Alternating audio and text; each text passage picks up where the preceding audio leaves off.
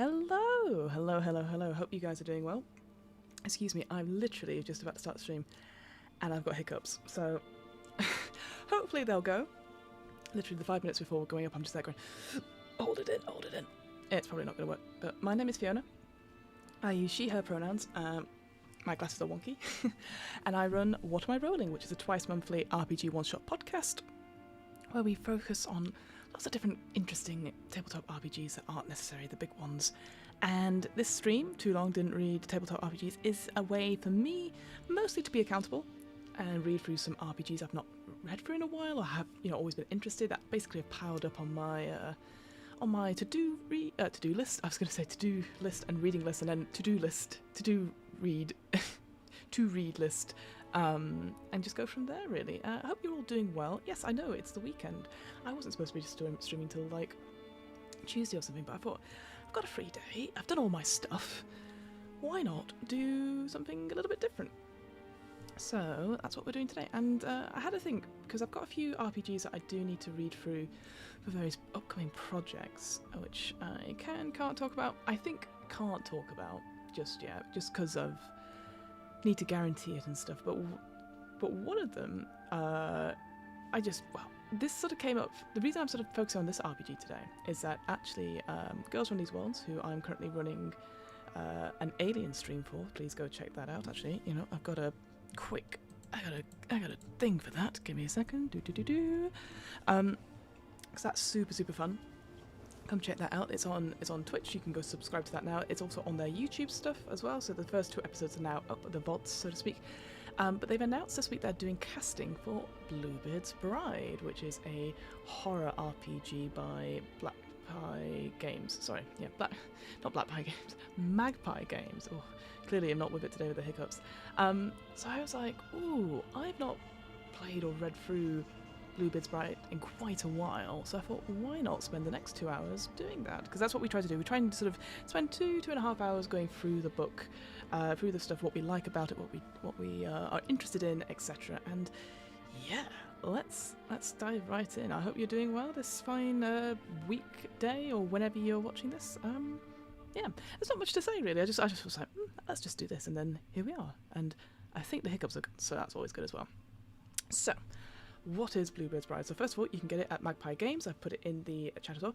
They've also got it on DriveThruRPG, which I'm going to show you the page for in a second, just because I think it's a little bit easier to understand what the sort of things you can get are. But let me read you through it. So, will you open the final door? A young bride is wed to an ugly but powerful man with a blue beard. He invites her to explore the house, but one room is forbidden. Eventually, the young bride falls prey to her curiosity and opens it, discovering a gruesome display of prior brides' corpses. Hey, what's up? Bushi_18. Nice to see you, my friend. We are just going through Bluebeard's Bride. We're just sort of looking at the book and seeing what it is. It's a tabletop horror RPG. So glad you're here with us. Discovering a gruesome display of prior brides' corpses. Bluebeard's Bride is it will make it out of your new home alive, and if you have what it takes to chill your friends to the bones. It's powered by the Apocalypse system. And the one thing I'd say, right at the top, it is a horror game. This one has possibly been the most... what's the word? This definitely would be ones that if you were going to share with your friends, you need to have that session 0, you need to have your boundaries and lines and veils, checks and safety tools in effect. Because this is gruesome, I've run it through, I think I've played in it once and I've run it through once, and it is one of the darkest horror games I've ever played. And I think particularly because certain themes around it, obviously it is about sort of horror that happens to a female presenting person, and there's sort of aspects in there, and the way it is almost improvisational, which we'll cut into in a second, of the descriptions and the room stuff, it automatically is one where you're like, ooh, I should not share this with grandma. I should not share this with young kids. So that's why I find it fascinating as a role-playing game. An incredibly simple structure. It is just the story, the fairy tale of Bluebeard's Bride. And so you know how it's going to end. You know what the structure is, and yet every time you come back, it's going to be something different. And I love that about an RPG. I love how we can have the structure of an RPG and you know, like, no matter what happens in the middle, you know where you start and you know where you end. So I absolutely love that. So this is the core book. I actually have a copy of the core book here. I'm just going to go to Big Cam for a second. So this is what it looks like. It's absolutely gorgeous. Mine's a little bit old now, but you can see sort of the golden inlay and a little bit, it's a bit dark, my copy, but you can see sort of the blue of Bluebeard's beard, so to speak, and on the back as well. And it's quite a very nice, compact, square module. And inside, I mean, obviously we'll see the PDF as well, but the absolute beauty of the borders and the interior art, which again, some of it is quite gruesome. I'm going to say that at the top of the stream so that everyone knows, and I'll say it throughout. But like even like the chapter sort of side things, again, we'll see it on the PDF, but it's just outstanding, beautiful, gorgeous. And I think this is one of the books, like, I didn't have to get the physical copy because I backed the Kickstarter years and years ago. I think I only got PDFs of the different supplements and the different book there, but I had to get an actual copy of it. It is so beautiful, and it's something that I think is really valuable at an in-person table. It's something to pass around to people. So I just thought I'd show you an example of it there. So yep, so the core book is what we're going to look at today. Stamped and embossed, the intricate case cover implores you to dig deeper. So it's roughly about 112 pages. So I think the PDF's a little bit longer than that, just to say. There's also an unlimited edition. I don't know if that's still available from Magpie Games. And there's some other bits and pieces as well, which I'm going to go on to in a second. There's 3 supplements to this. Actually, I'm going to go over to the Drive-Thru RPG, which might be a little bit easier. Oh, you can see who's purchased stuff. So there are 3 sort of big sort of supplements to this. There is the Book of Lore, which is basically a fiction, almost like, I think it's like a choose-your-own adventure, sort of, where, you know, you're creating your own tragedy, but it's fiction, completely fictional, with lots of imagery and lots of descriptive things in there. Book of Mirrors, this is, I believe, I'm just going to click onto it, because it's not the Book of Rooms, I think this is just extra things. So yeah, it's the third one where basically it goes away, it's just another way to play. If you've played the original Bluebeard's Bride with the same aspects, that is the different sort of character types or tropes, then this is another way to look into it as well, and you get some additional things for so the groundkeeper, who is the facilitator of the game, and sisters, and that's what these sort of characters are called, the aspects are called. So again, if that sort of thing, like, if you've played it a few times, you want to know more, then check out the Book of Mirrors. The one I did want to sort of really mention is the Book of Rooms. I think this is one of the most important books. If you were going to get Bluebeard's Bride, and then you were going to play it, I would recommend checking out the Book of Rooms, because that sort of helps you as the groundskeeper, as the facilitator, to sort of really map out the story and the way it's sort of taking. If you're not too sure, if you're not very good at or not very experienced with improv and creating things on the fly, because that's what a lot of Bluebeard's Bride is about. It is creating a lot of stuff on the fly using what the players have sort of spoke about in the character creation.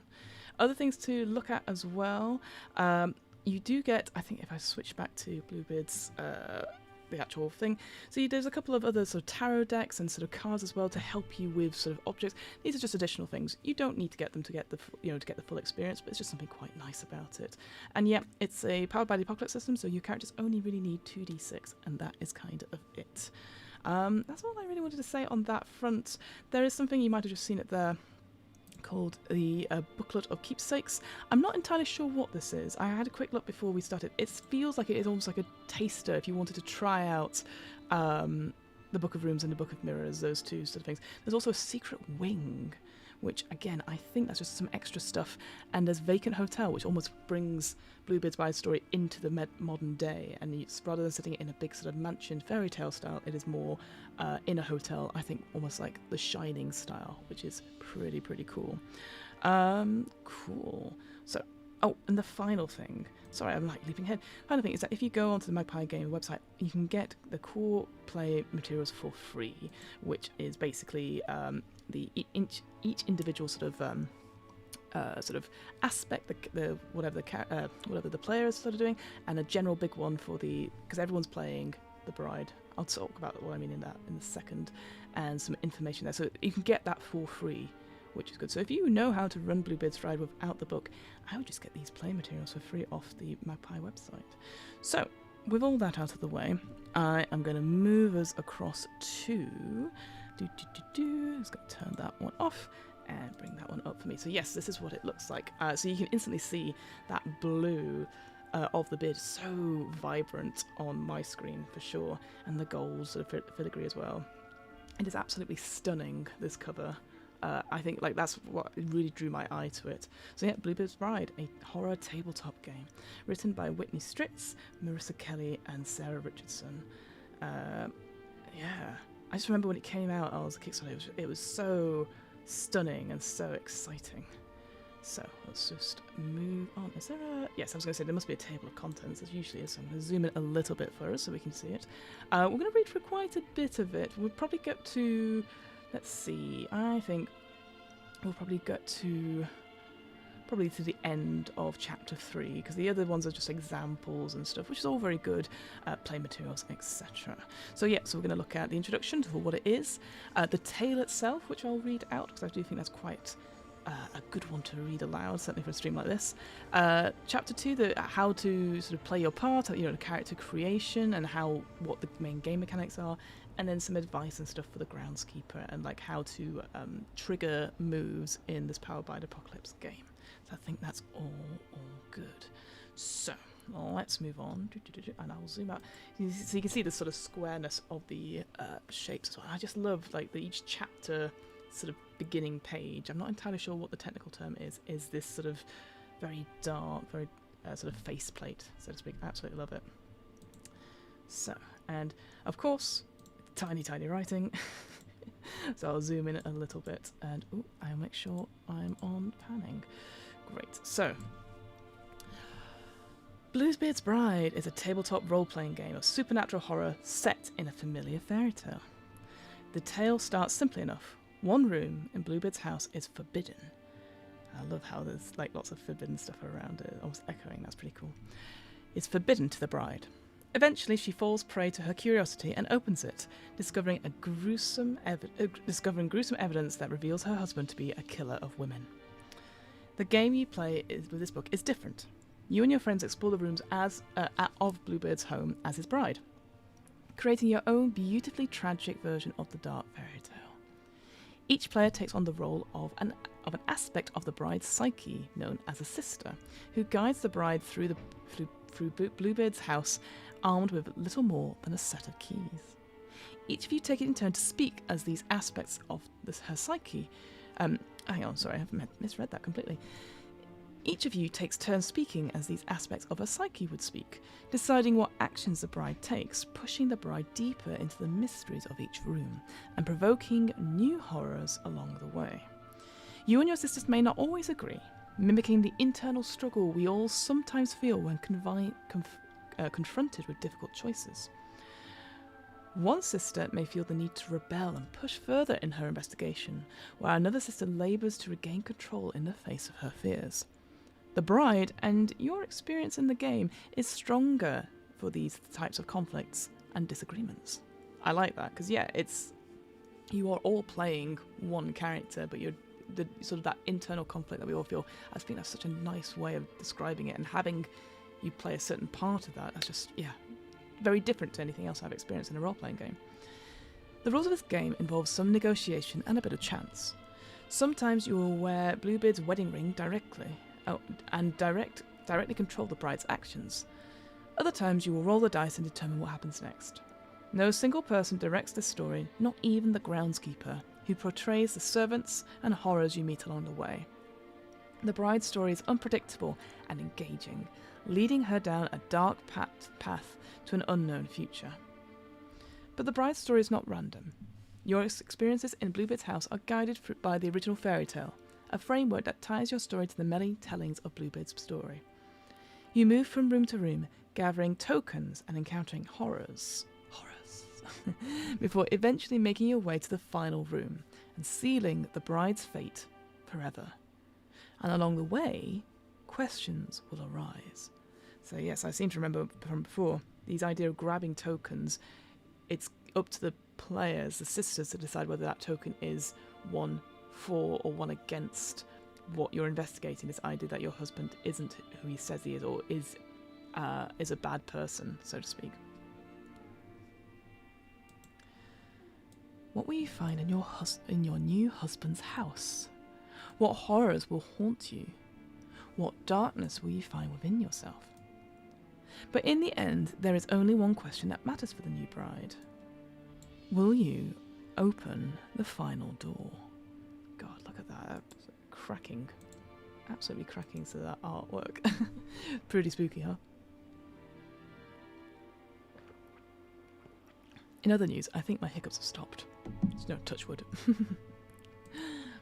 Alright.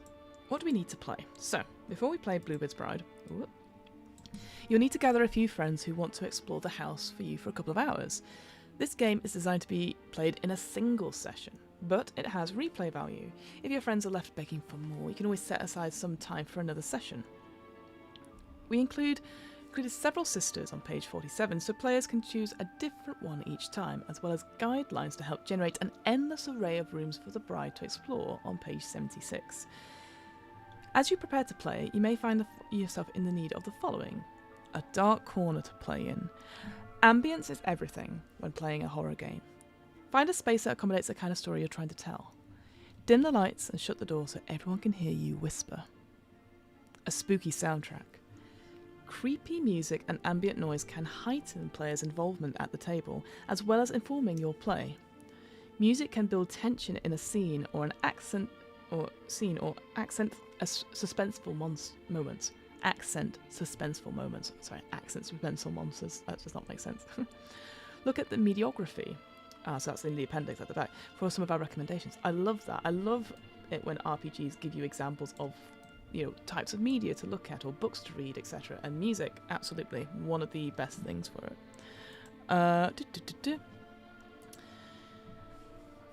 Sorry. Stop that. I'd like that to finish. Right, cool. To play this game, you absolutely need players.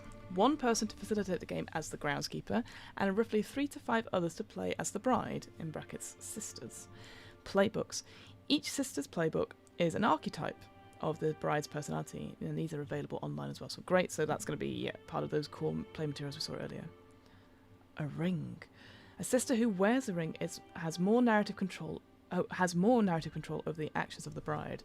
So something that's that physical will be quite cool to have. I guess obviously depending on, you don't want to put like a ring that might get stuck on someone's fingers or anything like that, but maybe put it on like a bangle or something that symbolises it. Maybe you don't have to put it on. Sorry, I made that assumption there. Maybe you just need to have it in your hand. That makes more sense. Dice. You will need one pair of D6 dice. One pair of D6 dice for when the things get rough. Pencils and paper, the X card, and time. Bluebeard's Bride works best when you take your time with the story, trying to set aside 3 to 4 hours to play the game.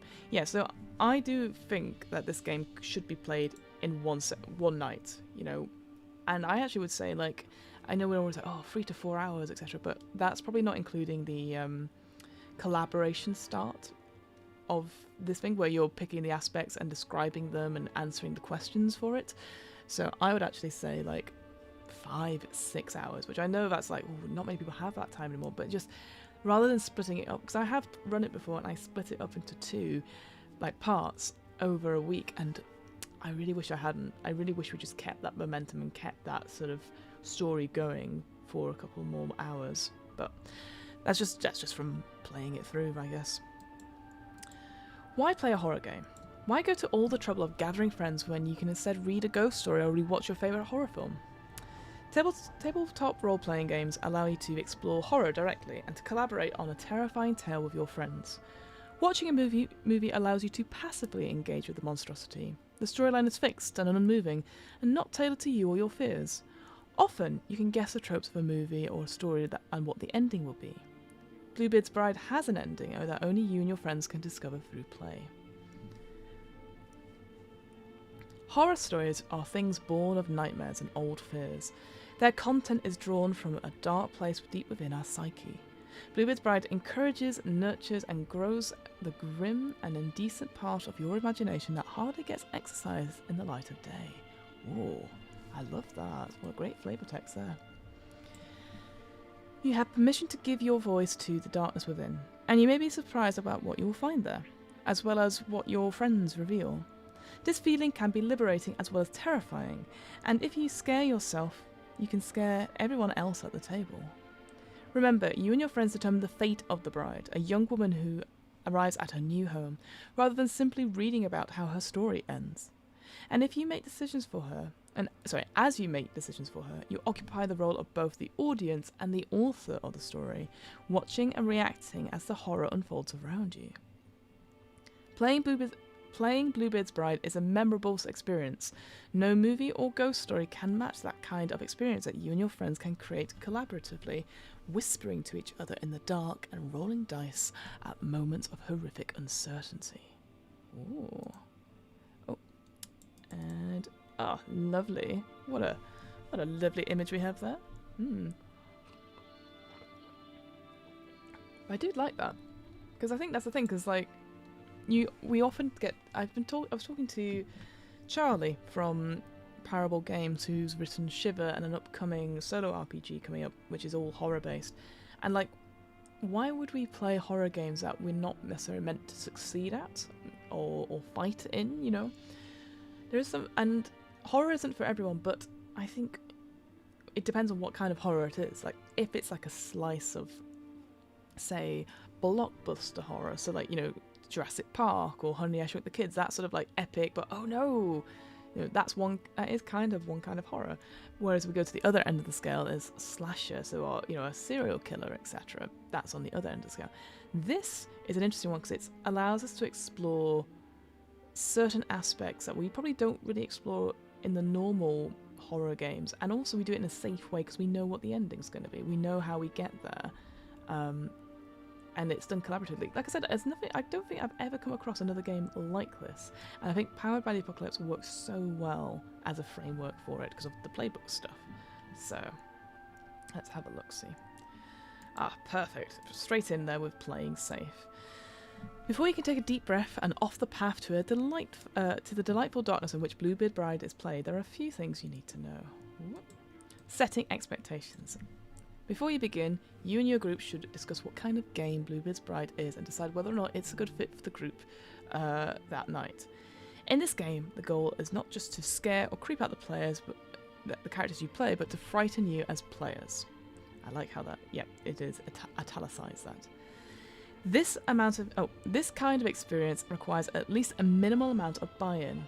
You would not show up to a funeral wearing a clown suit, and you should not play a horror game when you would rather be playing a game about superheroes. Bluebeard's Bride is designed to push the limits of your intellectual dark side and exercise everyone's twisted imaginations, but that means there is a possibility for some people to get emotionally overwhelmed or upset by that content. Violence against women and the lack of agency are examples of two reoccurring themes that your group may or may not be in the mood to explore. We've included some tools to help your group overcome truly upsetting content that may arise without spoiling anything about the game, such as the X card. This may not be a suitable game for your group at this time, and that's fine. This game was not designed to please everyone, and the player preferences matter a lot to this game's success. Yeah, I am a massive fan of that. This game, you know, there's not one RPG for everyone, and I think acknowledging that is actually really amazing. Because then you're not wasting time of trying to, like, what's the word? You're not trying to persuade people to play a game that they're just not wanting to play and not interested in playing at all, you know? This is not to say that Bluebeard's Bride is not fun. Quite the contrary. Exploring your fears and the fears of people around you from the comfort of your own home and in the company of people you care about can be an enlightening and rewarding experience. The X card. Now, we have discussed this before, but I think it's quite good to go through how people describe it in books. So, the issues that Bluebeard's Bride raises are often disturbing and uncomfortable, so we encourage you to play with the X card at the table. This is a tool that helps manage difficult content without setting artificial boundaries or flagging content in advance. It's an optional tool that allows anyone in your game, including yourself, to edit out any content anyone is uncomfortable with as you play. Since most RPGs are improvisational, we will not know what will happen until it happens. It is possible that the game will go in a direction that people do not want. An X card is a simple tool used to highlight and resolve problems as they arise. To use at the start of the game, simply say, I'd like your help in making this game fun for everyone. If anything makes you uncomfortable, just lift this card up and tap it. You don't have to explain why, and it doesn't matter why. We simply edit out anything X-carded. If there is ever an issue, anyone can call for a break so we can talk privately. I know it sounds funny, but it will help us play amazing games together, and usually I'm the one that uses the X card to protect myself from all of you. Thank you. Now, obviously, I appreciate, this book was done prior to probably the burst of online RPGs as well. So that's probably why it's sort of, it's worded in such a way. I just wouldn't say that last line. Like, I'm the one that's going to use the X card to protect myself. It feels like it's undermining it. Like, I'm protecting myself from you lot. Like, it is supposed to be used that. The X cards are very important that. I just don't think I would say that it's for everyone to use.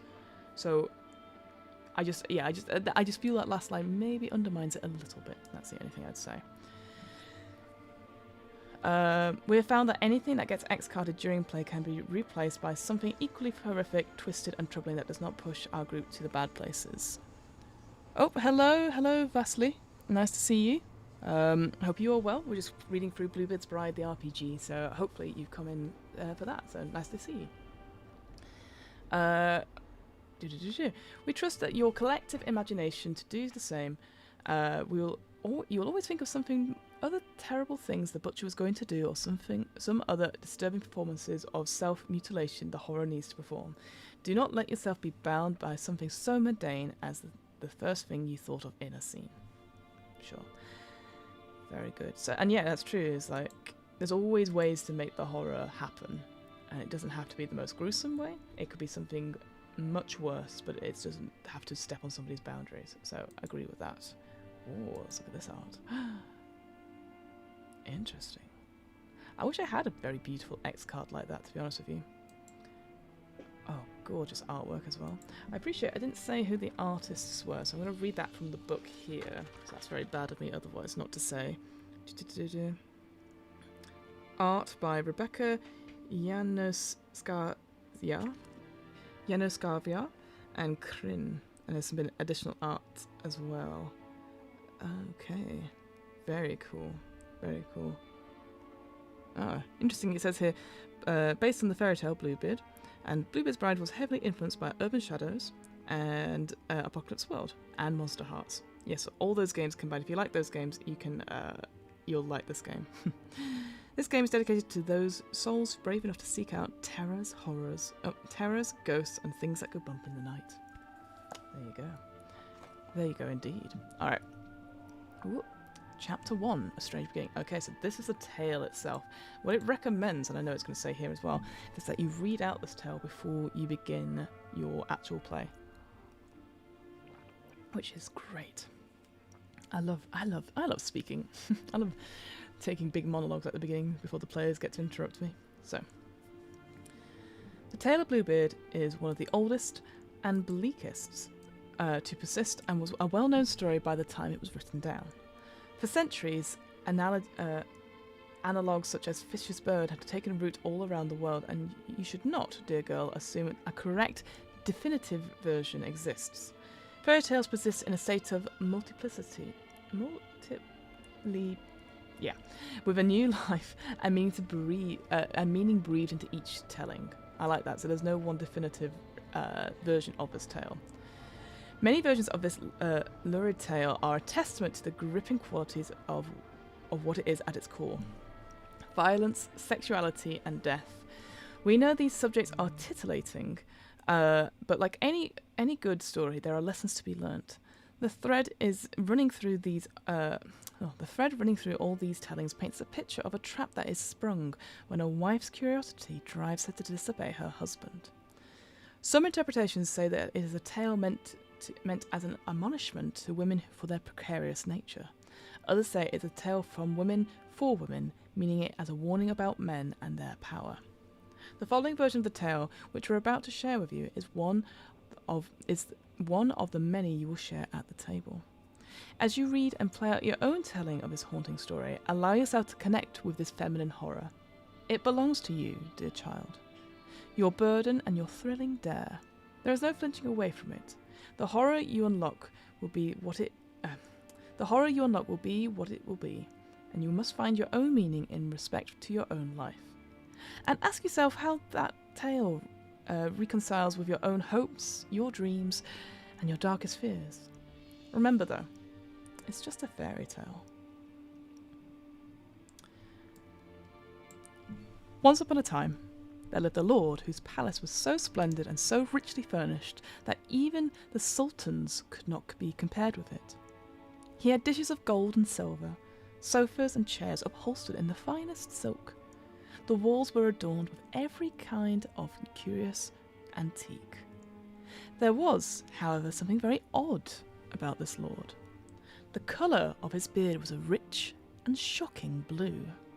His countenance was both distinct and unmistakable, and so he was never spoken of by his real title, which was grand and noble, but instead he was simply referred to as Bluebeard. He was a fearsome man with deep-set eyes, and he was known for having an uneven temper. Even so, Bluebeard had been married many times. No one knew what had become of each of his wives in turn, and that there had never been a funeral at the palace that anyone living could remember. They simply vanished, and when time passed, he would marry anew. One day, Bluebeard went hunting in the countryside near his estate. With the sun high, he came upon a dilapidated farmstead and wished to slay his first and rest. The farmers were eager to please the powerful lord and sent their lovely young daughter scurrying to serve him tea and bread. Bluebeard was instantly smitten with her beauty. He decided right then that he would take her as his wife. For a week he entertained her amongst a cadre of other fine lords and ladies. No expense was spared. His wealth was dazzling in the ways a cobra dazzles a mouse.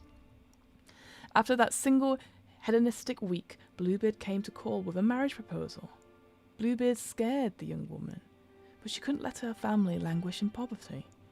And besides, maybe his beard wasn't quite that blue.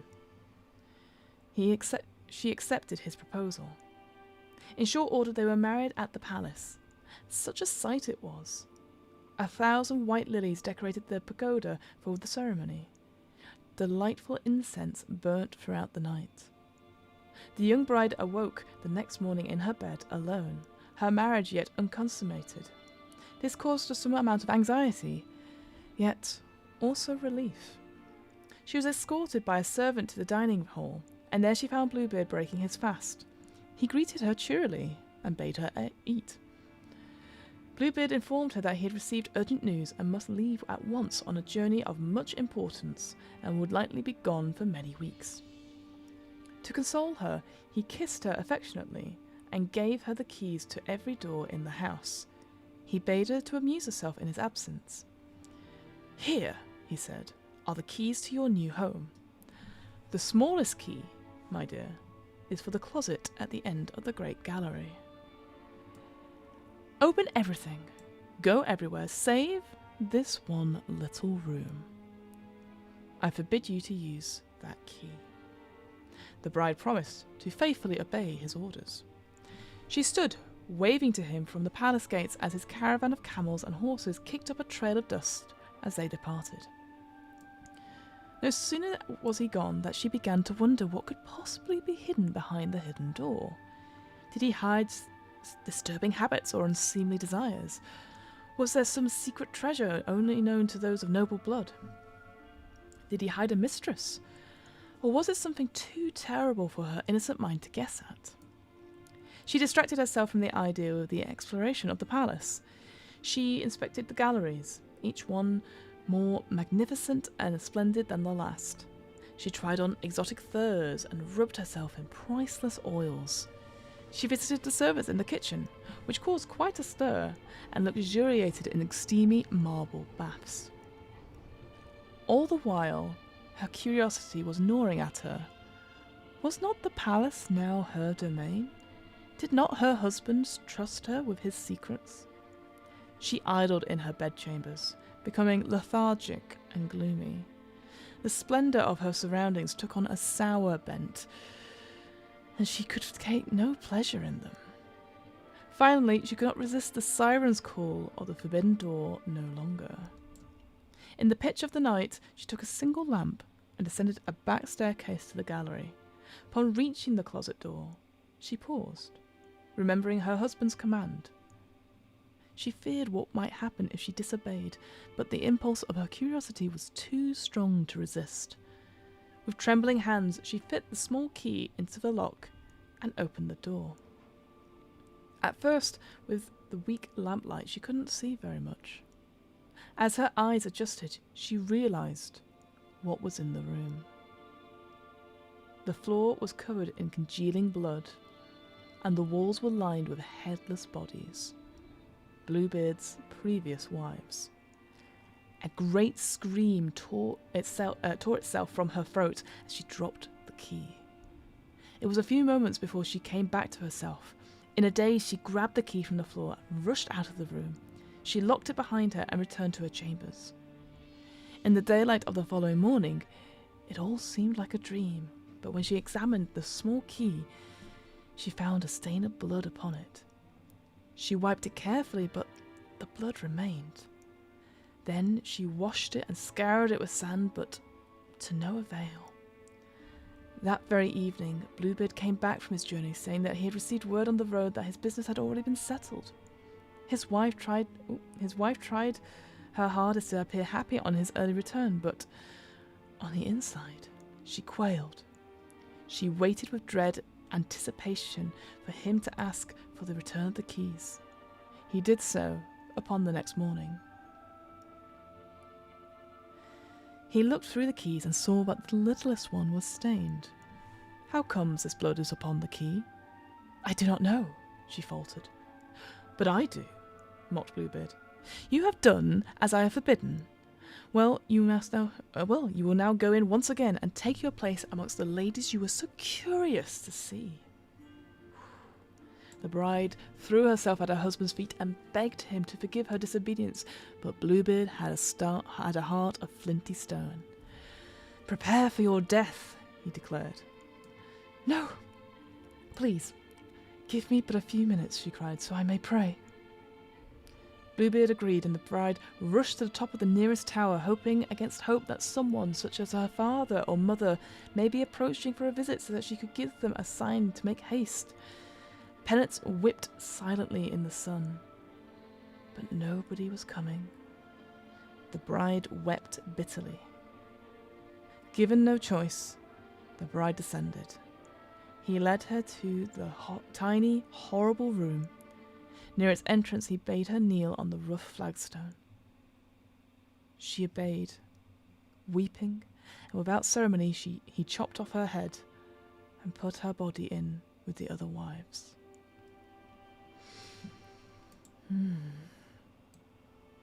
What's that based on? Oh. Fitch's Bird. I'm going to have to look that up. I've never heard that one before, the Fitch's Bird one. By Brothers Grimm.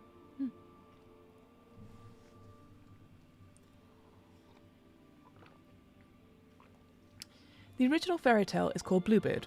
However, this game is about his new bride, isolated in a house filled with taunting ghosts and creeping horrors. It feels very much like, I guess, a happier version of this is like the musical Six, which is about the 6 wives of Henry VIII. It's not about him, it's about their wives. It's about his wives, which I quite like. The bride is young, inexperienced, and haunted by the spectre of generational poverty. There is much at stake for her in making this marriage work, and she may decide to go to great lengths to preserve what little she has.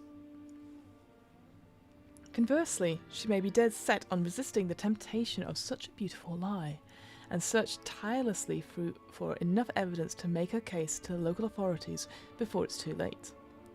An intelligent lady knows how this is going to end for the bride. Badly. And in the end, she is what you make of her, quite literally. So take risks and push boundaries. What's the worst that could happen? What's the worst that could happen? The sisters. You may be wondering how all of you are supposed to play as the bride at one time. Frankly, my dear girl, you're going to have to share. The psyche of any person is complicated, or complex even, and the bride is no less so. Think for a moment about all your inner voices. Is there a part of you that may be a little naive, maternal, or deeply sexual? In Bluebeard's Bride, each of these aspects are called sisters. Each player picks a unique sister to play, but some actions may lead to the bride to be harmed through physical, mental, or emotional violence called trauma. On occasion, one sister is hurt whilst the others remain safe, but should a sister receive too much harm, she will shatter, losing that part of herself to madness forever. Whoa, I love that. Each sister may view the evidence differently. Allow the bride to have complex, even contradictory feelings about the things and people she encounters. More on these inner workings of the bride are to be discussed later, so don't get ahead of yourself, Missy. The house. The entirety of your story plays out within Bluebeard's domain. Determining what the domain is like is up to you. The house doesn't need to be a house at all. It could be a palace, a mansion, or an estate. The important thing to know about the house is that you cannot leave without discovering that if you are a faithful or disloyal bride. Servants. Gosh, look at that image. It's gorgeous, isn't it? There are a number of servants within the household. Maids, butlers, cooks, kennel masters, and more. As a lady of the house, they are yours to command, and only a slovenly wife would permit the staff of her husband's estate to allow it to fall to ruin. Many of these servants have been part of Bluebeard's household for a long time, and you may have trouble garnering their respect. Some of them may only grudgingly follow to the letter of your edicts, whilst others may outright flout your authority. However, some servants may be trapped here and terrified, just like you. The house itself has a supernatural quality, a foreboding sentience. Oh, I love this. You may enter a room on the first floor and exit the same room to find yourself on the third. You can take a morning stroll down a hallway, and by the end of it, you'll find the sun setting. You may stare at a stained glass window only to realise that it is a mirror. You can lose time or perspective within the twisted halls of Bluebeard's house. The ring of keys that Bluebeard has given you can unlock any door in the house. Much like the house itself, the keys are fantastical. Bone or horn or iron, sculpted glass, liquid metal, or fluttering living wings. Let your imagination run wild. And I love this. I love this idea that, because again, I know it's going to explain it later, but you ask the sister who is in charge of the bride at the time to describe the key they are using, and then you, the groundskeeper, have to come up with a matching door to it. I love it. So here's in blue. There's an example of something. Yes, yeah. So it says it here in the middle of the game. A quiet ghost is stalking the bride down a hallway. The animus, which is one aspect, is a sister. I want to get out of here. Okay, but you better do it quickly. It looks like it's gaining on you, the groundskeeper tells her. As you sort through the keyring, you find a key that looks like it may unlock the closest door. Please describe it to me. The animus thinks for a moment. It is a key made of soft gold and is slightly warm to the touch, like it's been left out in the sun. It has designs on it that look like something from Aztec art. There's little rubies embedded along the key's spine, which are reminiscent of drops of blood. Ooh. That's more than you would normally get from a player, I'll be honest. What are the teeth like? Made of obsidian, like a ritual dagger. Okay, well the matching door looks incredibly heavy.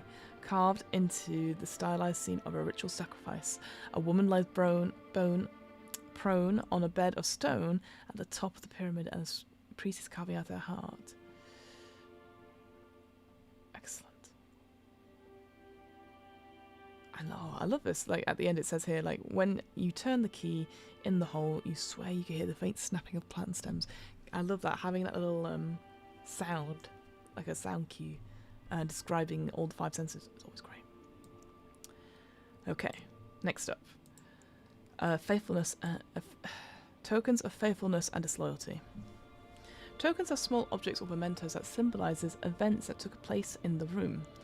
As the bride investigates each room, she examines various objects and interacts with entities who inhabit in the space. Their actions, appearance, and words should weave together to form a story about the events that took place in the room. This story includes to whom the event happened and may hint at why the event took place. The bride will not uncover all the details of the story. Some ambiguity ambiguity. Oh my god. Ambiguity. Ambiguity. Oh. Some mystery should be expected. The bride's wedding ring is passed betwixt the sisters to represent dominance over the bride's actions. The player with the ring decides what the token is, and if she supports the Bluebeard as a killer, or simply a misunderstood unlucky man.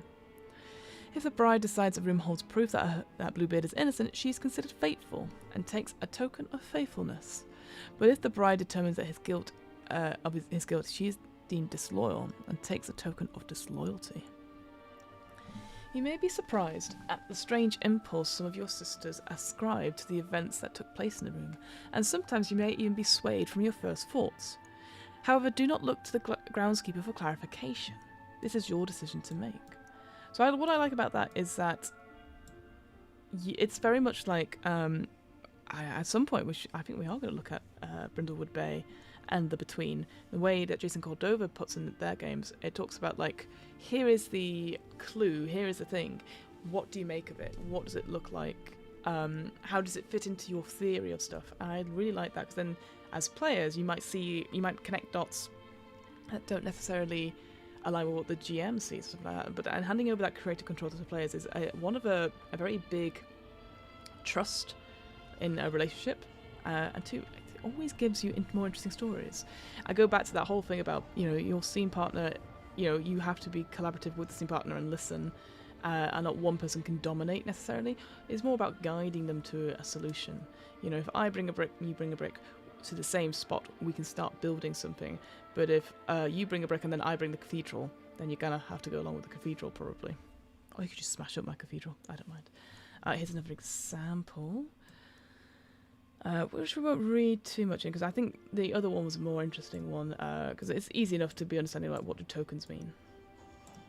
Indicate which token you take on the bride's sheet. So there's one big bride sheet that everyone can access and take care of, so to speak. That's one thing I'd love if I don't think they'll ever do it, unfortunately, but obviously we've got these play materials. I wish there was a way that they were online accessible, or if there's a way, there must be like a repository of online, like, accessible forms for different RPGs. Like, here is a Google sheet for all the for anything that's by Magpie Games or anything like that, because otherwise people don't play these games at all. If everyone's still playing remote games just now. Indicate which tokens you take on the bride sheet. When a token track fills up, you trigger the end of the game, and the conclusion of your version of the fairy tale is revealed. So what it has, I believe, on the sheet, I'm going to have a quick look, because I don't think I got rid of it. Yeah, it's only, let me show you. Yeah, so this is the token track. So it's only 3 on each side. So realistically, you might only see 6 rooms, 5 rooms even probably, as a tiebreaker. So that's good to know that if you're a groundskeeper, you're probably only going to see 5 rooms and then get a token from each room. But that's kind of it, and then you have the outcomes here on it, which we'll look at in a second. Back to the PDF there. Oh, back out again, gosh. I know I say this every single stream. I wish some of these things were like postcards or posters of some sort. This would be absolutely cracking as a, what do they call them, like a print. Not a screen print, that's not what I'm thinking of, but a lith print, is that what they're called? I don't know. Just with the gold and stuff. A Bounded Conversation, Chapter 2. Playing your part. Role-playing is as simple as having a conversation. You listen attentively, wait for your turn to speak, and stay on topic like a proper lady.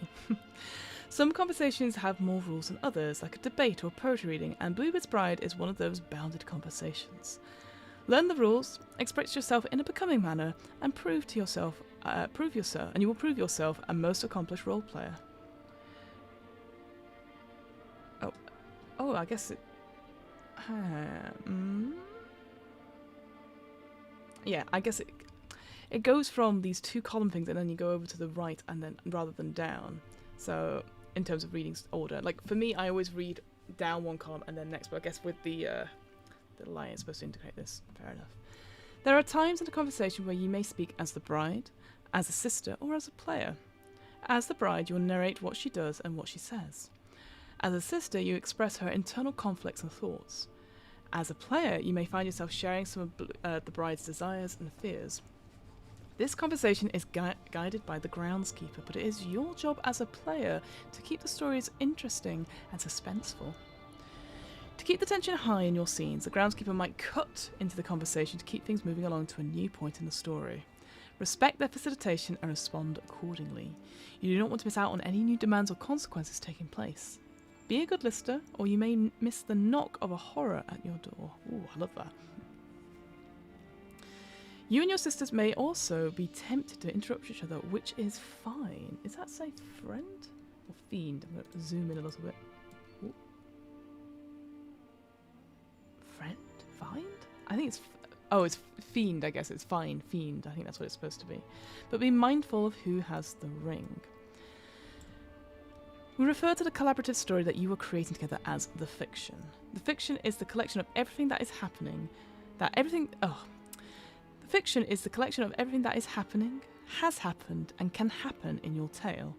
Sticking to the genre and being true to your fiction demands that the bride be allowed to make mistakes and get into trouble.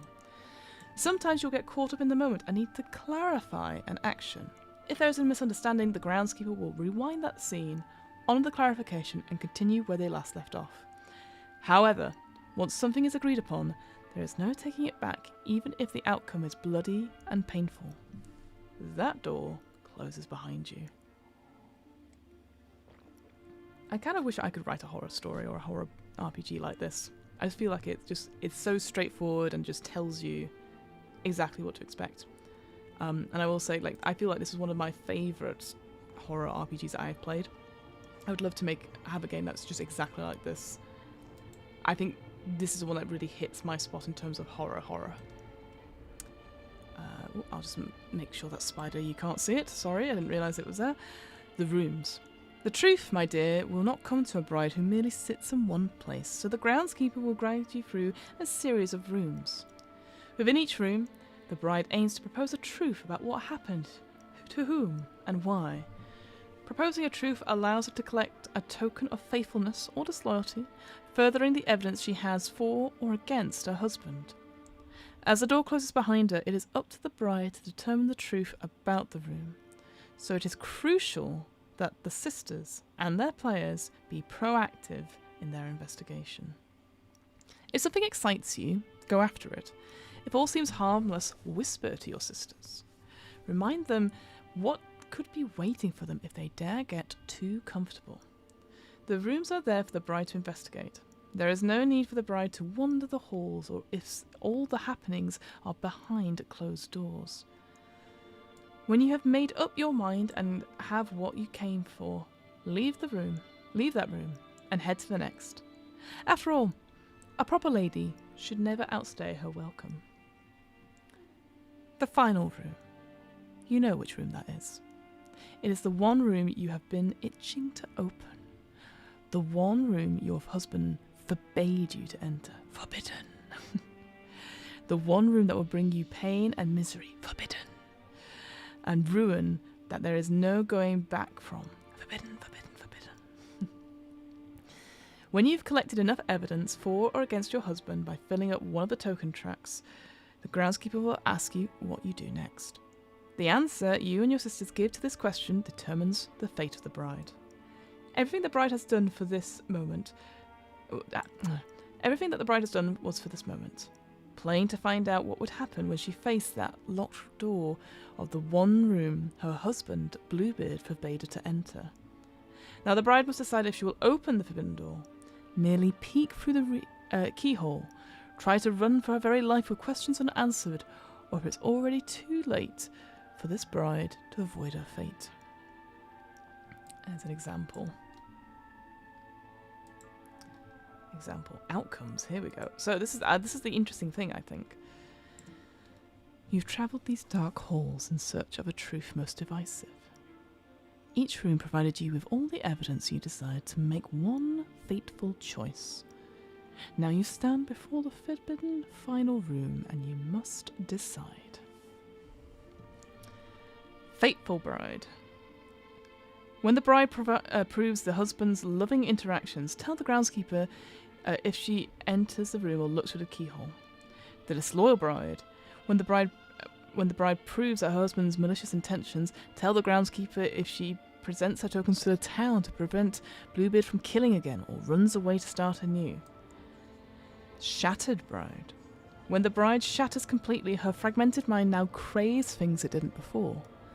Tell the groundskeeper if the bride is obsessed with bettering herself for Bluebeard or desires to make future brides better. And as always, my dear, you patiently wait for the groundskeeper to tell you what happens. So those are the sort of 3 different outcomes you have, and each one of them narrows the choices you have. It feels very Telltale, like the Telltale games a little bit, which I quite like. Ooh, excuse me. Triggering moves. So this is the Powered by the Apocalypse thing. Most of the moves in Bluebeard's Brides do not use dice. Instead, they spell out exactly what kind of action should happen when the move has been triggered by what you say or do as the bride. When you take the action described by the move, follow the instructions to find out what happens next.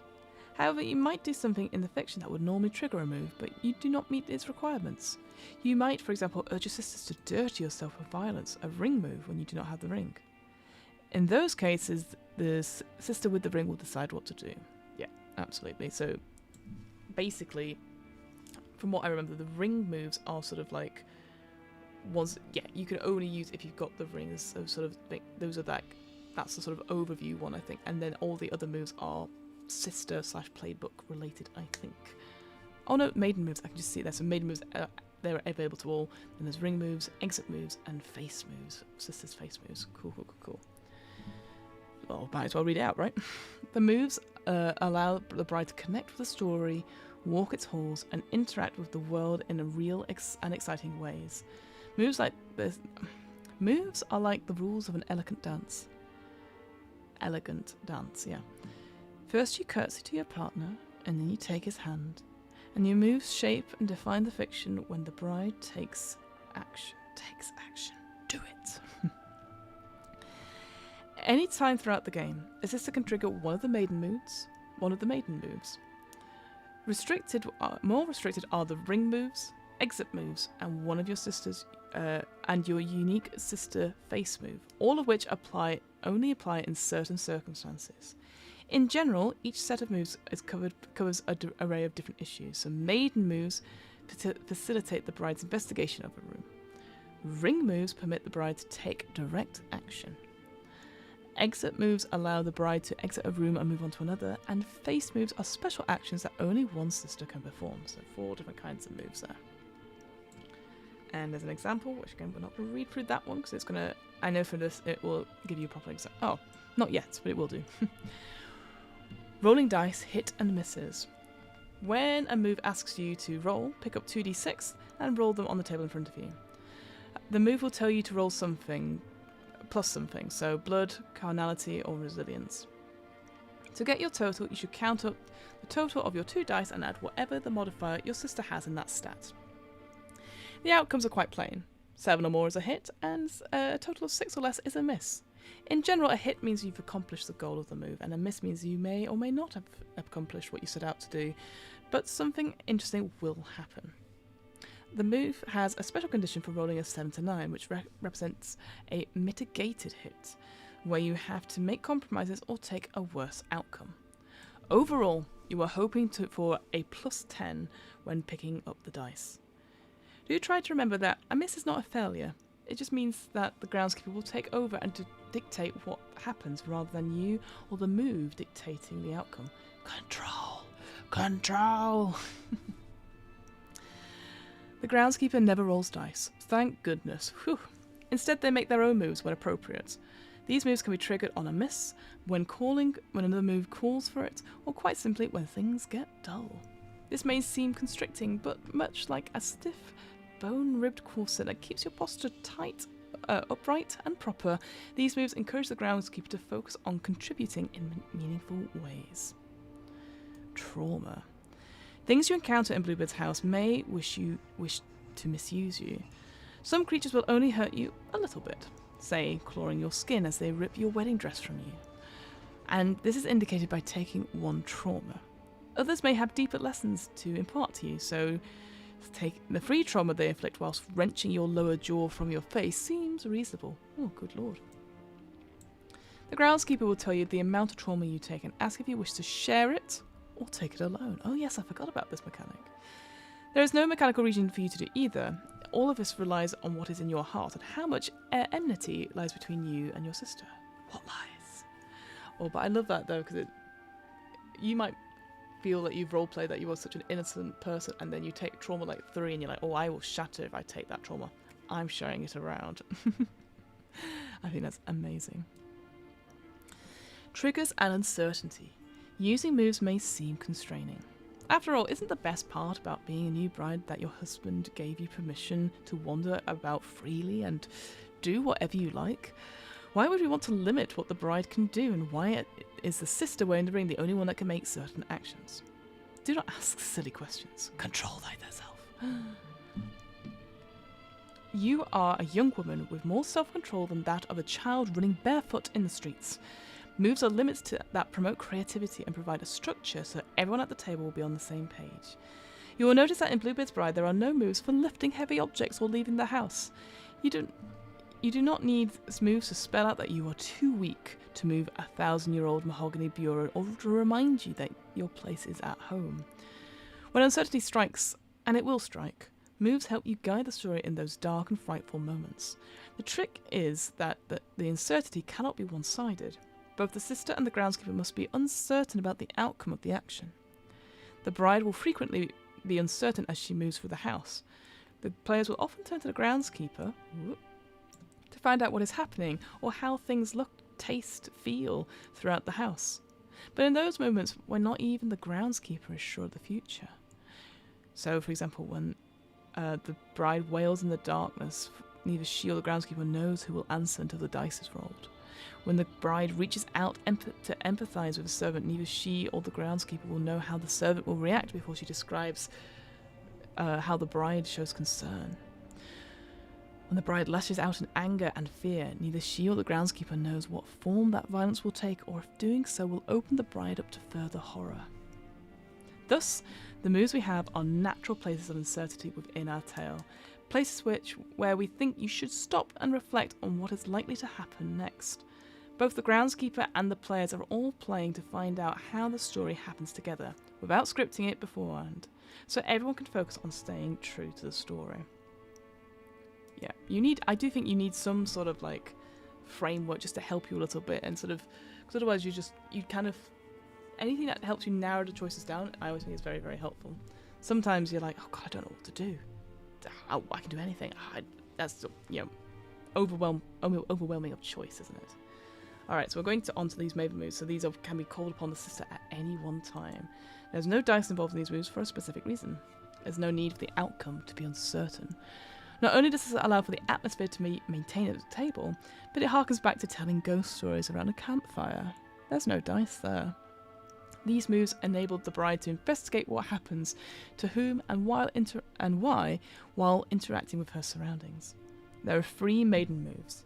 Care for someone, investigate a mysterious object, and take stock. Okay. In this section we'll explain each of these moves in detail and offer examples to clarify how they'll be used properly. Okay, so we're going to look at these in a little bit of detail. I do think these are quite important.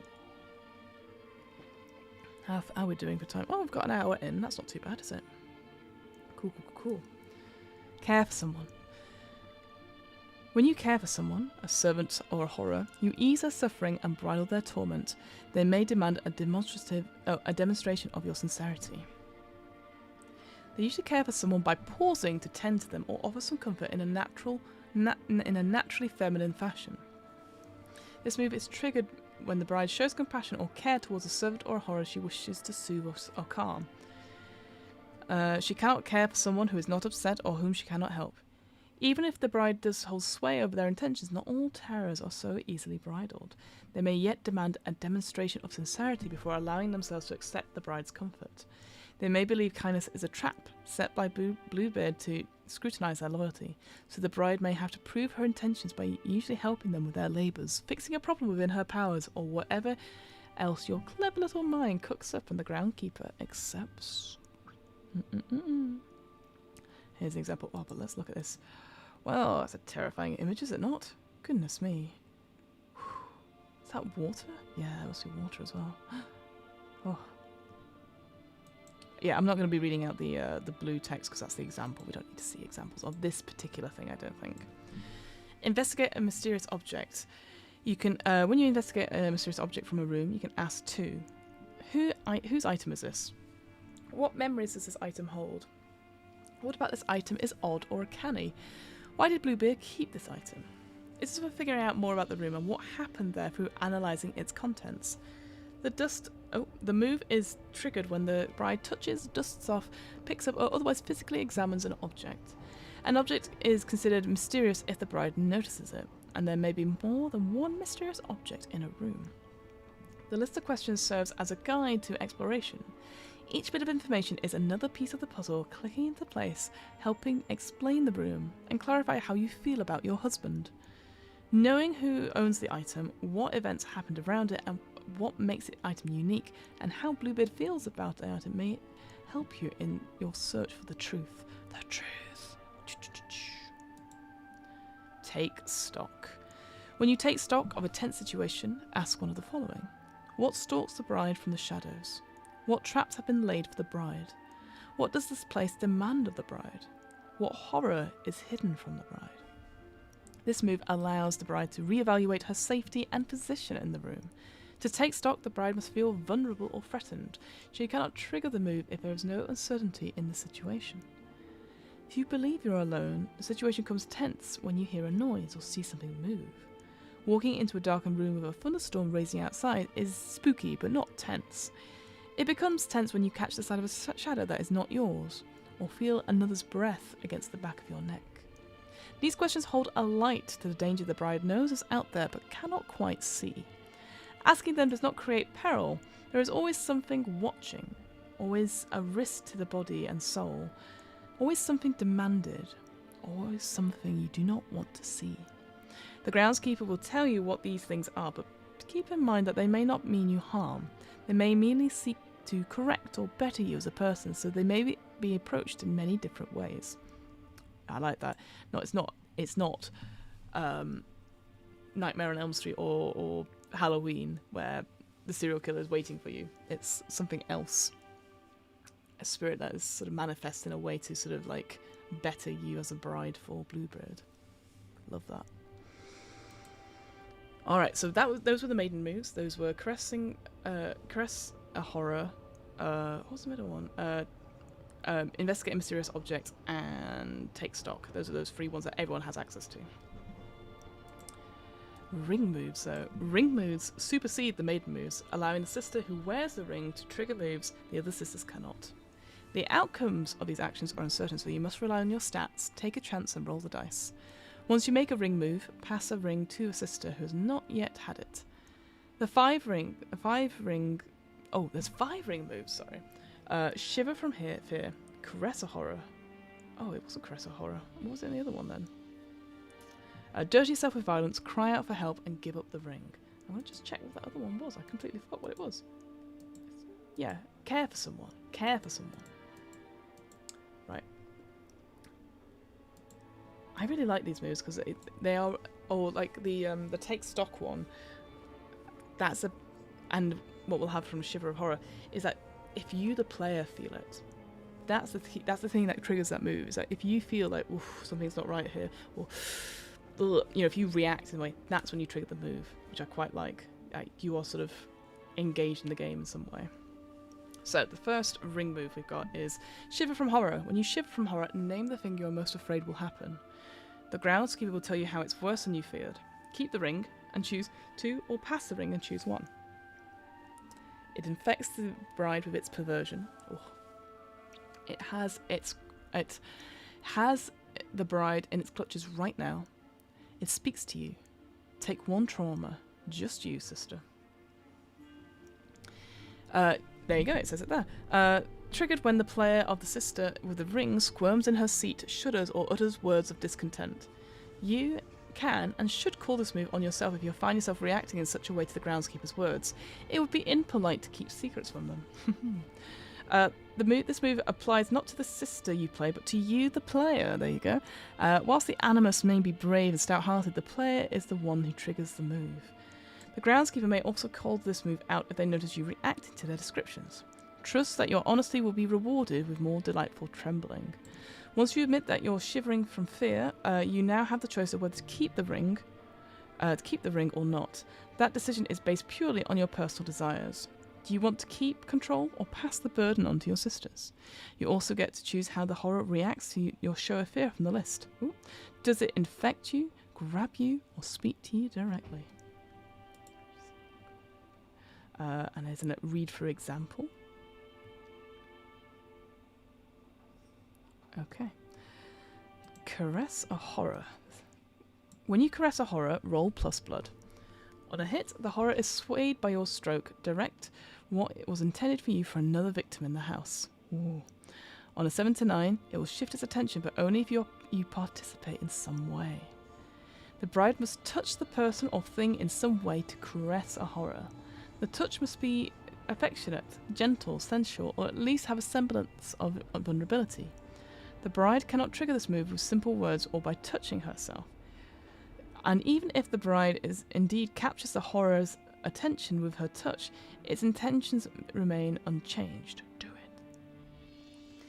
it. If the horror looks for another victim or shifts its attention, the groundskeeper will provide a suitable substitute.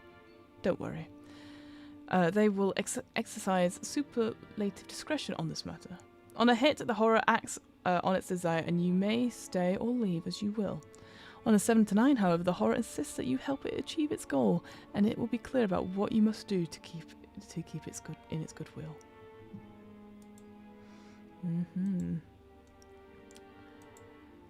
Number 3, dirty yourself with violence. When you dirty yourself with violence, roll + carnality. On a hit, you inflict trauma as established and choose one. Disable them, silent them, mutilate them.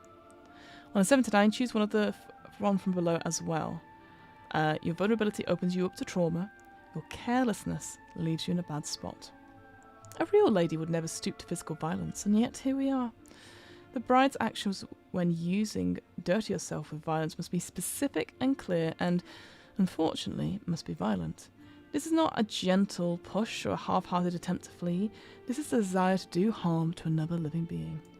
You should narrate what the physical action you are taking, and remember that if you may use the objects in the room if you wish to do more harm than your delicate fists can inflict. Perhaps their words have hurt you. Silencing a victim will ensure that their spittle will not land on others' tender hearts. If pure rage motivates you, mutilating your prey may purge that impulse. Oof. When choosing to open yourself up to trauma on a 7 to 9, the groundskeeper will oblige your wishes after you specified your vulnerability.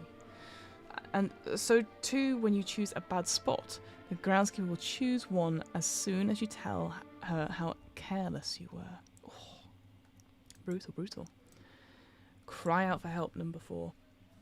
When you break down and cry out for help, roll + resilience. On a hit, a house servant comes to address your concerns and calm your hysteria. On a 7 to 9, they help you, but they need proof of your loyalty to Bluebeard.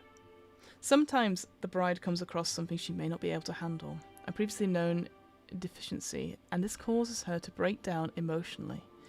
This may be a new awareness of a physical weakness when someone overpowers you, or perhaps a realization of limited options in response to a bad situation.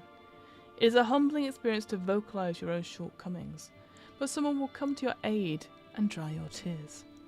When you cry out, a servant may respond, de-escalating the situation in some way. They may ask for proof to your loyalty to your husband, as chances are they may find you in an odd or compromising position. Such proof will normally come in the course of explaining your needs, or by summoning sufficient gravitas to coerce them into submission. Remember, the servants are not your chaperones, young lady. You cannot leave the room with a servant unless you trigger one of the exit moves, which we'll come to once these ring moves are done, I think. And then finally, give up the ring. When you voluntarily give up the ring, pass the ring to the next sister. You are immune to trauma until that sister passes the ring. So that's why you'd have to write it really big on the character sheet, I think. So I always forget that. Do not be surprised that you may wish to give up control of the body, dear girl. We are hurt enough through our bodies, after all, and if someone else can take that pain for you, why not pass it on? Bluebeard's bride pays attention not to only the physical harm, such as scratches, bruises, and tears, but also the invisible wounds that open your tenderness self to harsh words and horrific sights. Exit moves. Alright. Oh, that's a really good one there. Exit. Sight, exit, eggs. Very good. Very, very good. No, the only way a bride can exit a room. Only the sister with the ring can make an exit move, as she is the one in direct control of the bride. The other sisters can and should tell the sister with the ring how they feel about her decision, but it is up to that sister's discretion of how she lets those opinions sway her. Once you make a ring move, pass the ring to a sister who does not yet have it.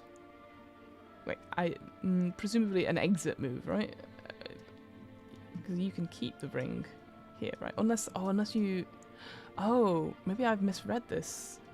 I think you only keep the ring here, right? No, maybe it's this one. Shiver from fear. Yeah, keep the ring. So I guess you must pass on the ring after every time you've used it. Oh, okay. I think that's the case.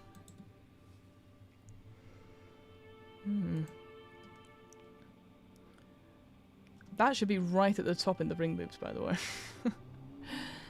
The exit moves are escape without proposing a truth, and propose a truth about a room. Oh, I guess so. You don't have to. Not every room you go into has to propose a truth. Interesting. This section explains the moves and discusses options associated with them and gives examples. So, first type of escape one. It's just escape. When you attempt to escape without proposing a truth, the groundskeeper will offer you a hard bargain or an ugly choice. If you pay the price, you escape. You can escape a room without proposing a truth, although you will not receive a token. That's fine. If you're worried about that phenomena in a room is out of hand and you must flee, or you cannot stand to be here for a moment longer, you are escaping. Attempting to flee an emotionally charged situation can also be considered escaping. Oh, interesting. To trigger an escape, you need an opportunity or an opening to do so. You cannot very well expect to escape if you're in a compromising position, cornered, or when your way out is blocked. Crying out for help, caring for someone, or dirtying yourself with violence are all ways to create those openings and opportunities you need to in order to escape. Get out. Cool. And then the other exit move is propose a truth. When you propose a truth about a room, detail what you think happened in this room, to whom, and why. Next, describe the token that takes support of your interpretation of what happened here, and mark it on the appropriate token track. If it is a token of faithfulness, you're closer to proving your trust in your husband is well placed. Heal one trauma. Ooh. If it is a token of disloyalty, you're close to proving that your unkind suspicions about your husband are true. Mark one trauma. How exciting. To get one token before exiting a room, the sister with a ring must propose a truth about what she thinks happened, to whom, and why. If you decide that Bluebeard is at fault for the event, take a token of disloyalty. If you're convinced that he is blameless, take a token of faithfulness. This truth can take many shapes, and the bride will not know if her version of the truth is the real one. The groundskeeper will not comment on the accuracy of her assumptions. The proposal is a clear statement such as, I believe a woman felt so ugly she died by ingesting shards of glass from a mirror she shattered. Or, I think Bluebeard killed this woman and her lover to punish them for their adultery.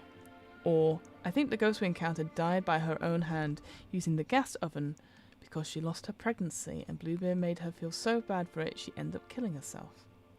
The truth, after all, is always painfully, murderously specific.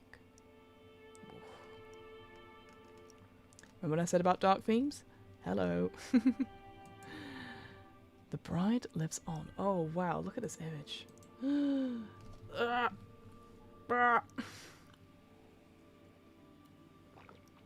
dear, oh dear. Let me just move it a little. Part of the fun of this game is playing it again by choosing a new sister to embody, exploring the rooms of a different groundskeeper, or to invite new friends into the mix. Just changing the roles around allows for drastically different tellings of Bluebeard's bride. It can be played again and again and again, and your bride can live on, so to speak. Ooh, sorry, I'm going to zoom in a little bit because I do feel could be a little bit dodgy, so I apologise. Her song has been sung, but it would be wasteful to throw away the key and forget about all about the bride and her dark journey you created here tonight. Commemorate her by guiding a new group of friends through a room inspired by her story. Just like the fairy tale, your bride can be added to the legacy of Bluebeard's house in future playthroughs of Bluebeard's bride. Oh, that's really cool, like a legacy kind of mechanic. That's very cool. After all, he's had so many brides before, and this one should not be the last. Okay, so here we go. We're going now on to character creation, or sort of sister preparation, I guess it's called. So, there are 5 sisters to choose from, 5 different aspects of the bride's psyche. The Animus, Fatale, Mother, Virgin, and Witch. No sister could be chosen by 2 players at the same time. So yeah, we know that. Wedding preparation. Sorry. After you have selected your characters, the wedding preparations can begin. You'll be asked to describe one physical aspect of your bride. Write down your answer on the character sheet so you do not forget it later. In addition to the questions specific to your sister, you'll be asked to share your answers and some common questions. What are the bride's hands like? What weakness do you give away when you hold each other's hands? The Fatale. What does the bride's mouth look like? How do others keep her quiet? The Mother. What is the bride's figure like? How do others wish it was different? Oh, what do others wish was different about it? The Virgin. What does the bride's eyes look like? How do others know you want them when you gaze into their eyes? Oh, sorry, that's... How do others know you want them when they gaze into your eyes? And the Witch. What is the bride's hair like? How do others like you wear it? How do others like you to wear it? So it's interesting. So it's like a physical aspect, and then someone's opinion about it, and undermining it and being undermined in some way. I love that. I think that's really cool, because it will say in a little bit what that means in terms of like for the groundskeeper, what they can sort of pull out of it. Then each sister answers all these questions. What are you leaving behind from your provincial life to become Bluebeard's bride? When you first meet, what loving gesture did Bluebeard make that won you over? What gift did you present to Bluebeard before the wedding? Why did you choose this? Do you trust your generous husband Bluebeard, or do you hold some unkind suspicions? And why is that? Take some time answering these questions and be imaginative with the details. Remember that your answers should be evocative of your sister's archetypal nature. You may notice that the groundskeeper taking notes whilst you talk, but pay them no mind. They only have your best interest at heart. So again, it comes down to these questions. Something specific, and then something that generates content, generates ideas for the groundskeeper to use later on, which I like. I do find this last question really difficult. Once you've read out the Bluebeard's story to them, to the players, I think it's really tricky. Really, really tricky. I think in this whole game, it is very tricky to go in that sort of naive way without playing it. Also, we're not playing it to the top of your intelligence, perhaps. I don't know. It's tricky. I've tried it. I find it really, really difficult. So, how are we doing? Oh, yeah. Sisterly bonds. As part of character creation, you will establish relationships with your fellow sisters, and they to you. On the character sheet under Sisterly Bonds, there is a statement how each sister feels about the other sisters in general, followed by 2 fill-in-the-blank statements. For each sister, choose a sister for each of these as well. Do not fill these out all at once. The groundskeeper will go around the group, and each of you will create a sisterly bond one at a time. As you go around, taking turns to establish bonds, try and make sure none of the sisters are left out. Build a complex, rich relationship web. Do not be afraid to establish alliances or grudges with each other. And then it says, stab her in the back. Remember to add to the fiction where you can, and encourage the sister you are forming the bond with to help flesh out the details. So again, making sure that bit is collaborative, making sure that people are happy with what you're creating together rather than it being forced on someone. The stats, these are the qualities that describe the nature of the bride and the sisters. In Bluebeard's Bride, there are 3 stats: blood, carnality, and resilience. These stats affect the mechanics of the game, so mostly with the ring moves and also with the sisters' actual moves as well, I think.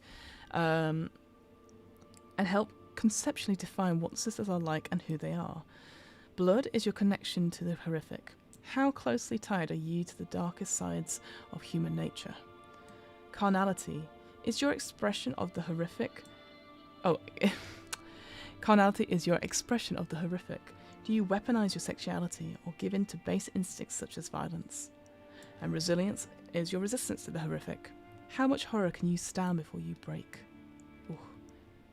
Really evocative, those words, aren't they? They're measured numerically. The baseline is 0, and typically you will not see a stat less than -1 or more than +1. +1 means you're particularly strong in that stat, and a -1 is that you're particularly weak in that stat. Whatever that means, you know.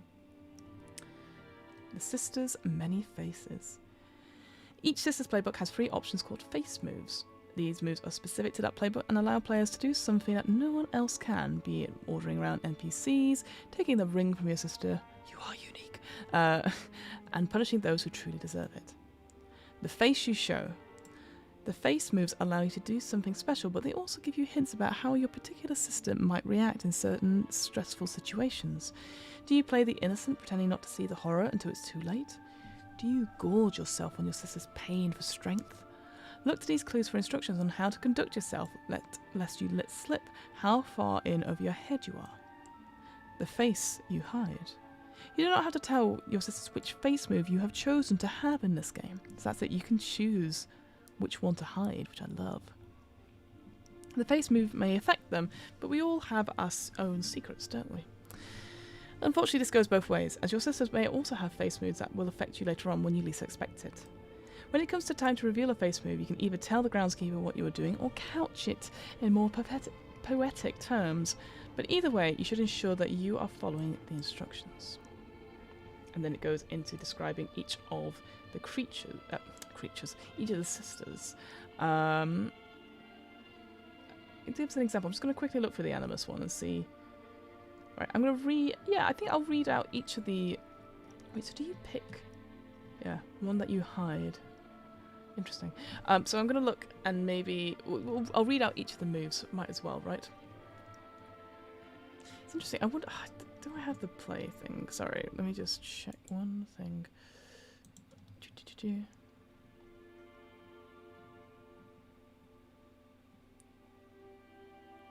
Interesting. Alright, what I'll do, hang on. Before I go, I'm going to show one actual page, what an actual character sheet looks like. So here we go. So this is the example of the Animus, which we were going on to just now. It's a little bit too... Get rid of that, can we? There we go. I'm going to move it out a little bit. It's a bit tiny, the writing. I apologise for that. Again, people always insist on tiny, tiny writing. So, we talked about before, this was the questions prep. So, that's all this one for the Animus. There you got the two individual questions at the top there, and then the ones that is the same for every single creature, every single sister when you go around the prep. And then the sisterly bonds one, this is where you add which sister everyone gets one. Oh, 2, sorry. Everyone gets 2 with the sisterly bonds to create that web. So that's all on the left-hand side there. There's a trauma track at the bottom there. So that's 5 trauma every one of us can take. Interesting. So, yeah, some of these playbooks will have one that's already filled in, and then you just fill out the other 2 with what is left, which makes sense. Carnality for the Animus is +1. And then choose a face. So I think you only choose one of these moves then. And then you can hide it or make it real. Hide it or make it public, sorry. So there you go. So that's what the sheet looks like, and I think if I look in, there you go, it tells you what your shattered are. I won't look at that just yet, because that's cheating a little bit. Don't want to show you all the good stuff. Cool. Alright, so that's what it looks like for all these ones. We'll check the back of it in a second. If I go to, back to this. So, the moves, the animus. So the animus face moves follow the thread of violence, command, or protection. So the brute. Move it a little bit so I can see it. When you investigate a mysterious object by breaking it, ask a follow-up question about the object. Its essence still remains, but the item can no longer be investigated by any sister. So if you really wanted to get something out of it, you break it on that maiden move. Fair enough. The rooster. Mark 1 trauma to give a direct order to an NPC. They do it, but choose one. Your order is carried out to the letter and then some. Is overwhelming and is carried out sloppily.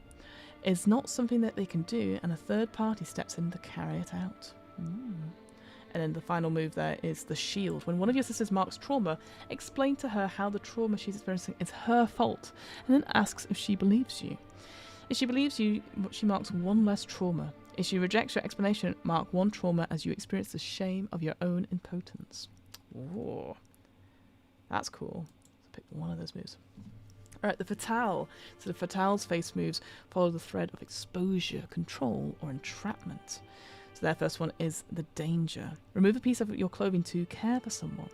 That piece of clothing is lost to you forever, but it feeds the appetite of the horror or servant until the bride speaks again. Ooh.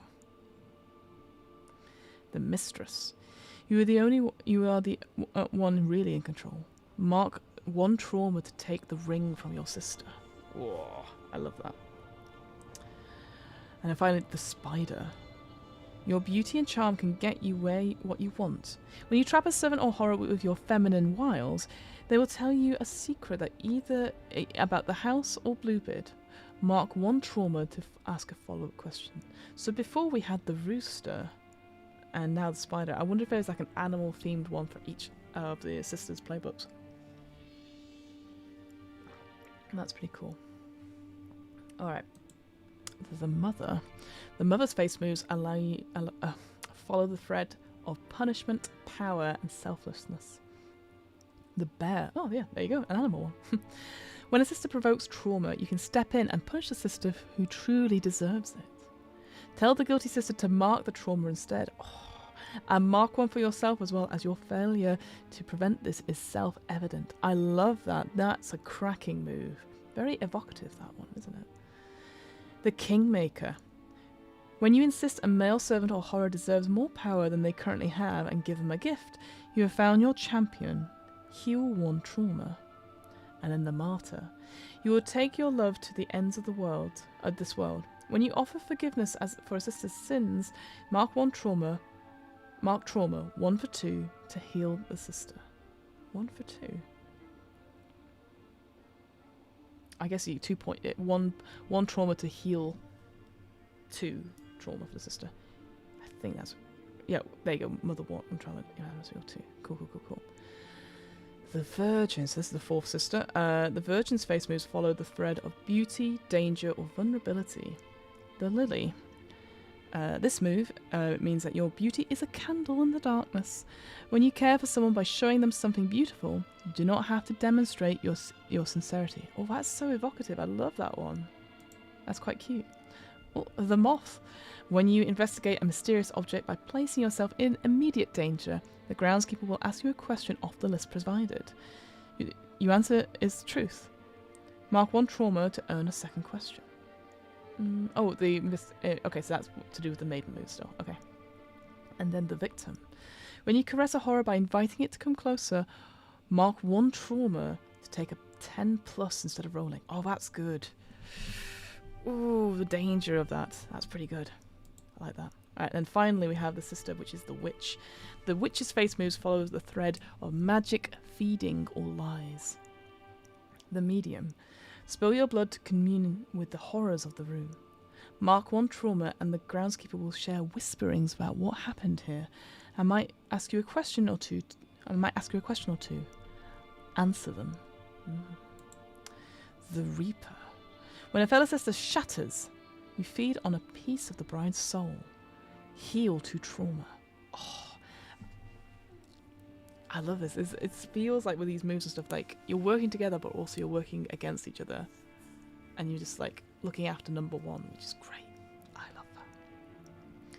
I know it's going to get onto what shattering is in a bit, but I wonder, because obviously if you've got, say if you only had 3 players and then one of them shatters, would you give them the option of like trying on another aspect to finish the game, or would you have them play a horror or play them something else in the game so they're not left out? I don't know what you do in that situation. I don't know if it gives you advice on that per se. The Viper. When you care for a servant by poisoning them with your lies, they choke on your words and die. Cool. Oh, look at that. Look at that imagery. Cracking. Absolutely cracking. A Dark Lesson, Chapter 3. Okay, so this is the final chapter we're probably going to look at. Here we go, the groundskeeper info. Right. We're alone now. Just us. Let's have a chat. There's no need for pretense here. The players, those silly girls, think that they're ready for this game, prepared for what you might throw at them. They pore over the early pages, seeking every little hint of safety, thinking to protect themselves from with rules. Such simple, foolhardy creatures. Because of all this, the design, the words that came before, because of all of this, the design, the words that came before, is for you. It was always for you. You, the groundskeeper. I don't think I said it earlier. I love that you're called the groundskeeper in this. I think that's so... I think in the Vacant Hotel one, I think you are the concierge in that. The Vacant Hotel is like the modern updated version, like putting it elsewhere with different rooms and stuff. Maybe I should look at that one at some point, because that might be quite interesting. The way the moves work, the way the sisters perform their little flirtations, these are all windows that show you what your players actually fear. They tell you how their sister is unique by what she says and feels and what the bride does. The players make decisions about how to handle the horrors in each room and how much trauma they're willing to risk to find out what their husband is up to. And you will learn that with every shiver, every nervous laugh. And you will learn with every shiver, every nervous laugh. And you will make them beg you to describe the horror to them, one luscious word at a time. This is the best part of the game, when a player's eyes widen in horror, can confirm that is, I love it. When it sinks in that they are trapped in this house and they begin to sacrifice servants, then each other as they struggle against the inevitable. You are blameless. And your voice caresses their waiting ears as you tell them how it is all their fault. How their choices led them to this bed they made and must lie in it. It is all them. And how their actions are the gasoline soaking into the very bedclothes, turning it into a funeral pyre. Oh, that paragraph.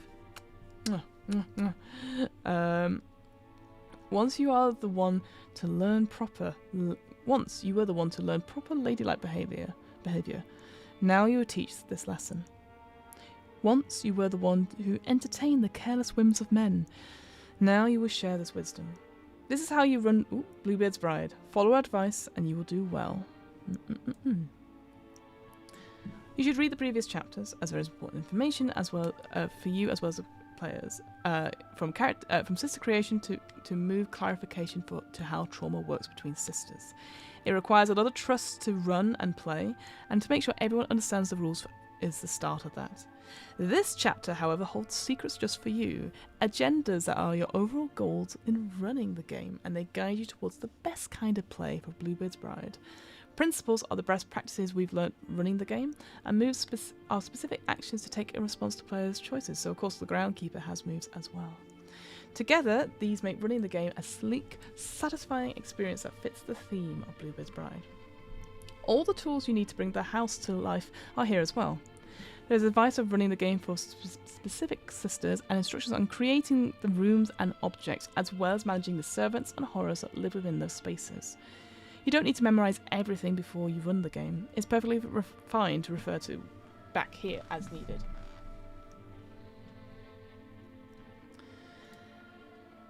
So this is, yes, these are like the principles, or in any Powered by the Apocalypse games, it's like, here's what, it sets out what you need to do for the, as sort of like, here's 3 things you need to know as the groundskeeper or the facilitator. So your intentions as the groundskeeper revolve around balancing the following agendas. Make the bride and her experiences feel real. Fill the sisters' lives with fear and horror. Play to find out what the bride chooses. So make the bride and her experiences feel real. While sometimes the bride's surroundings may be fantastical or horrible, they should always be grounded by the things our society whispers about women. The bride is in quite an overwhelming situation, reaching milestones that carry a lot of emotional weight, leaving home for the first time, marrying an all but stranger, being abandoned in an unfamiliar house. The bride's story may be a dark fiction, but it runs alongside the stories of other women. There is a truth to what happens in Bluebeard's house, and that truth is personal. Personal. Sorry, I cannot say that word. The horrors in the story come from within, from the dark thoughts we don't like to admit we all harbour in the deepest part of our minds and hearts. Draw on that to flesh out your descriptions. Fill the sisters' lives with fear and horror. The house wants to be known, and it is your responsibility to present it in all its refined I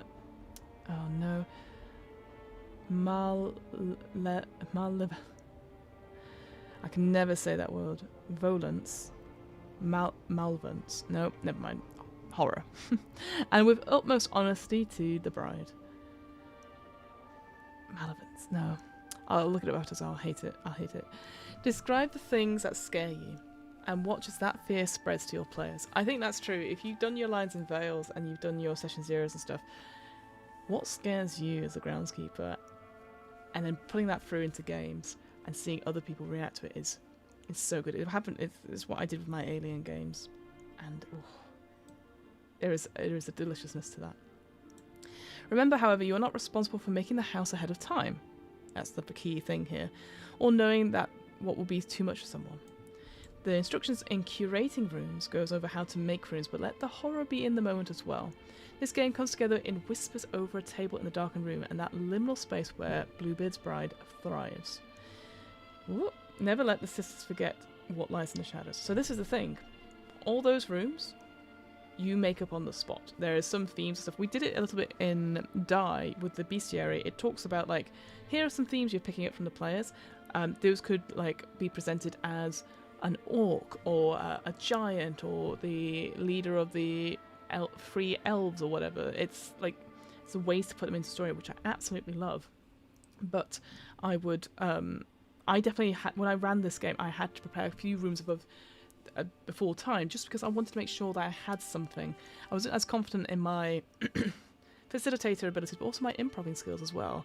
Because obviously, I think improvising horror seriously can be very, very tricky. So I think I feel a bit more confident now with, like, describing stuff, and again, like, using this book to help me stuff. But I would highly, highly recommend the Book of Rooms that also comes with this, because there's some really good rooms in there that I wrote down. I was like, I'd like this room to come up at some point, please. And finally, play around what the bride... play to find out what the bride chooses. Play around to... fuck around and find out. You know what... you know that Bluebeard is a murderous bastard, but that's not what this game is about. It's about the bride and what she chooses to do with the information she gathers. The players may decide early on what path they think they want to pursue. That doesn't matter to you. You have many terrible, wonderful things, waiting in the wings for the brides to discover. Allow yourself to trust the story and surprise your players. That moment when you're waiting for the players to take in the horror and the beauty you've laid out is when you've really brought the house to life. When you run Bluebeard's Bride, sometimes you'll be caught between different agendas, and the way forward seems unclear. When this happens, say what the principles demand, what the rules demand, what honesty demands, what moves horrors forward. These principles are the hallways you walk to reach your agendas, and the rules are the walls and the columns holding your stories together. That's pretty cool. I like that. Do not break the structure. If the sister makes a move that will end her marking trauma, mark it. If a sister misses a roll, embrace it and pour forth atrocity in response. Follow your principles and rules and let their demands guide you. Although this is an investigatory horror game, always tell the players the truth. They are relying on you to tell them what the rooms look like and how the servants and horrors behave. Don't hold back. Although the players assign meaning to the objects they find, they can't do that without all of the information that you have given them. And you should give it until they ask you to stop. Above all, focus on the horror. Bluebeard's Bride is about the terrible realities of women's lives. If a sister shows weakness, have the house birth a twisted reflection of it. Oh, that's cool. If there is a perfect moment for a servant to take advantage of a bride, have them take it and draw out the scene to its fullest potential. This is a house of horror, and your players look to you to expose the inequity behind every door. Do not let them down. Here we go, the principles. So yeah, this is usually what you find in a Powered by the Apocalypse games. They're sort of helpful. And sometimes you get it for the players as well, but I think here it must be just for the groundskeeper. So whilst the agendas are goals, principles are the path you take to get there. They are rules, just like agendas and moves, but they work as a guideline to create the best, most horrific fiction within the game. Follow them and you will be rewarded by a beautifully constructed story. Ignore them, and your game will fall apart. So, what have we got? We've got, I think, like 9, 10 principles? 9 principles. So, breathe unnatural life into the house. Address yourselves to the sisters, not the players. Always, I think that's a classic one. Always refer to the characters' names, etc. Give each inhabitant of the house a drive. Ask about your bride's fears and build on the answers. That's going to be an important one. Veil your moves with mystery. Hold the bride to her wedding vows. Oh, yes. Fill the house with echoes of violence. Blur the lines between the ordinary and the monstrous. And then finally, center the story on women's experiences. Grim, by the way, over there. Yeah, let's read these through. We've read them so far already, and we're getting close to sort of where we need to head off, I guess. Oh, almost finishing this, I guess. So the first principle is breathe unnatural life into the house. This house is full of pain. It is in the grain of every board making up the floor of the ballroom, every filigree adorning the locks that guard the doors, and the shades that have made their eternal home in every room. The bride is never alone, even when she believes herself to be, and it is in this lingering agony that follows her every step. Describe the rooms in detail. Use scent, touch, and sound, as well as sight to evoke emotions. I'd even say use touch. Oh, not touch, taste as well. Remember that everything here has a purpose, and nothing is ordinary or plain, unless that makes it horrifying. Each room is haunted by a former bride, although she may not be seen at first, and everything in the room tells the story of her life and death. Address yourself to the sisters and not the players. Although you will get a thrill out of each player's reaction to the terrible things you describe, you're not talking to them. Address the witch, or the virgin, or the mother as they stand in a room haunted by a bereaving velvet couch, not the player. The sister who is the one debating sitting on the couch, so talk to them. This prompts your players to think, talk, and act like their characters. This extends to what the characters can see and hear as well. They are investigating each room. Describe it as if they are standing in it. You should only hide things where they can be found, and describe what is in their sight line. Think of the tricks lighting can pull on us. Oh, sorry. That was not how I started that sentence at all. Think of the tricks lighting can pull, the atmospheric effects that may distort distances and sources, and then describe what the sisters can perceive. Give each inhabitant of the house a drive. The former brides who now exist as horrors may have had their lives ended at Bluebeard's whim, but his control over each of his wives ended with her life. When you describe the appalling things the former brides do to themselves and wish to perform upon the bride, you are describing their warped desires, not Bluebeard. Even so, the horrors were once people, and you should attempt to do justice to the complexity of their feelings. They are angry and hurting at being dead, and who better to take that out on than a new bride, especially if they can justify themselves as a warning. Ask about the bride's fears and build upon the answers. Never stop asking questions. The players reveal their concerns with objects they choose, what they lament about leaving behind. They tell you where they should hone in on the horror. Oh, that's true, because you have got to give wedding gifts. That's so true. I forgot about that. Take those gifts, so unwittingly given, and write them down and push further. Ask pointed and provocative questions the sisters can't ask yes or no to.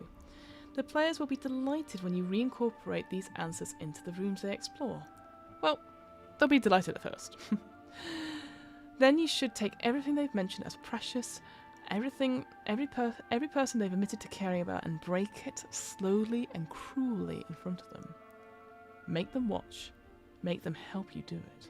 Oh, that's so cool. I just want to go back to that the sheet. Does it say on the sheet what the wedding gift is? Or you just describe it? I don't know where it is. So I'm just having a quick look. If I quickly skip through these. Alright, we're going to have a look at this. I think it must be... Those are the moves. Those are the room moves. There you go. Bride submission. Interesting. What was left behind? Okay, we'll come back and do it properly. It's gonna tell us in a second. But I just wanted to check what. I don't remember reading that about the. Oops, sorry, wrong one. There we go. Veil your moves with mystery. Mirror back to the brides her fears and insecurities, but do not cheapen yourself by resorting to the coarseness. Things happen to you that you cause to happen. Things that you cause to happen are all the more dreadful if they sigh and whisper their message rather than scream it. I agree. When you use one of your moves on page 70, don't tell your players what you're doing.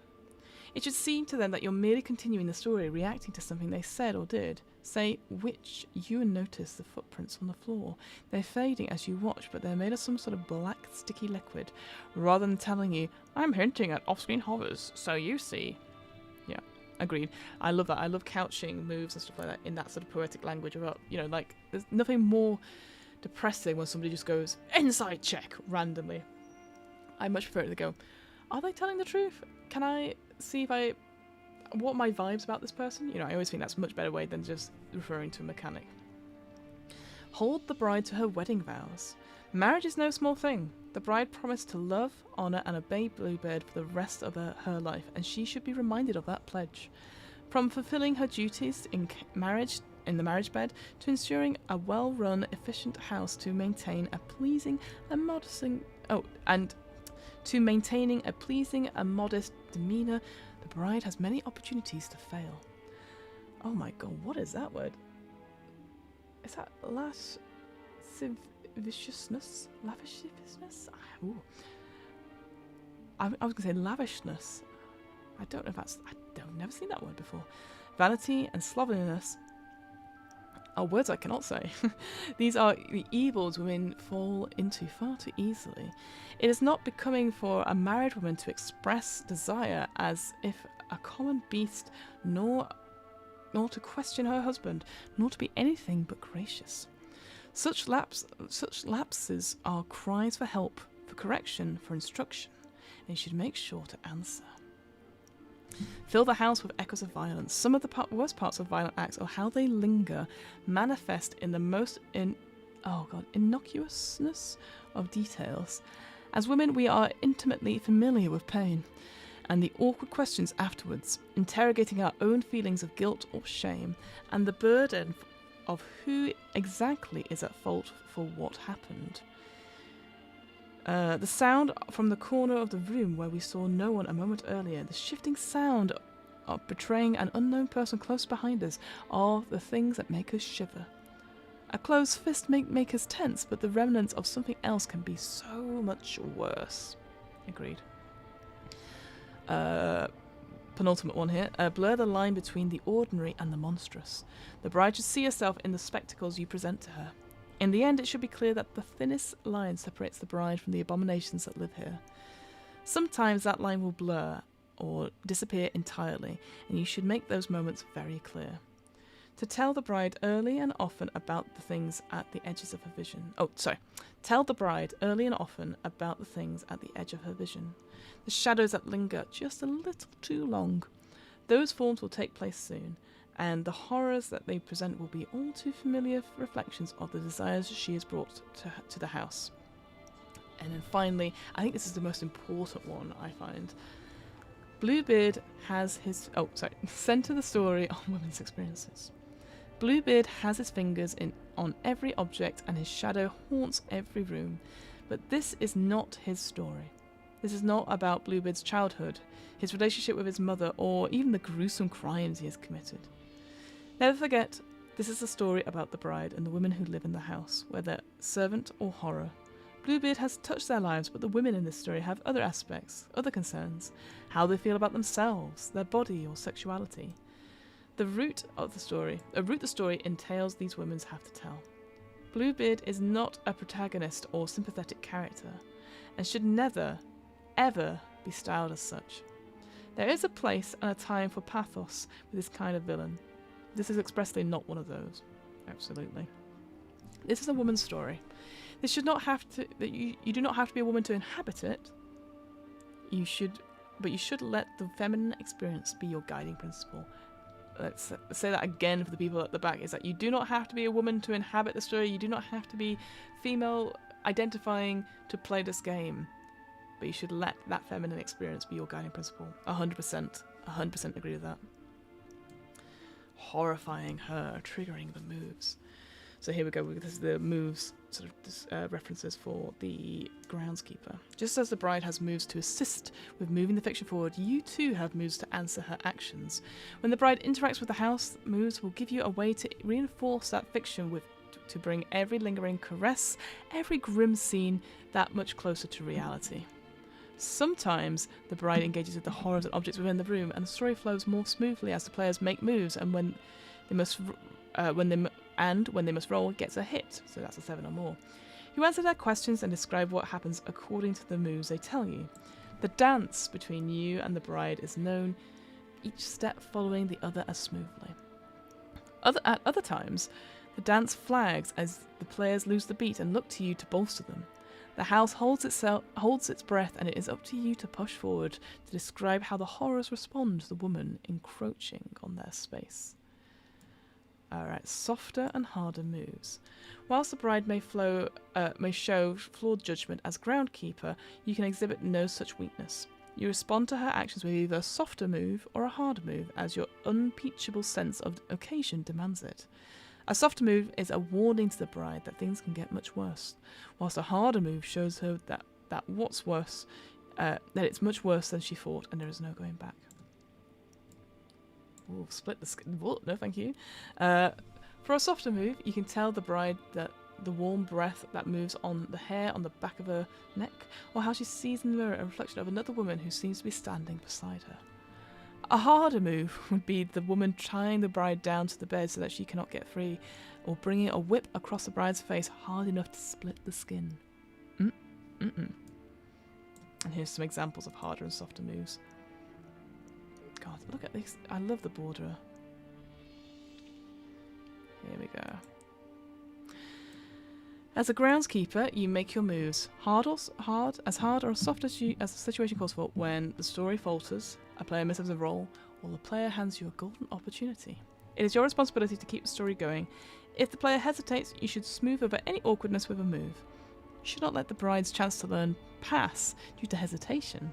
It should be met with horror, as soft or hard a move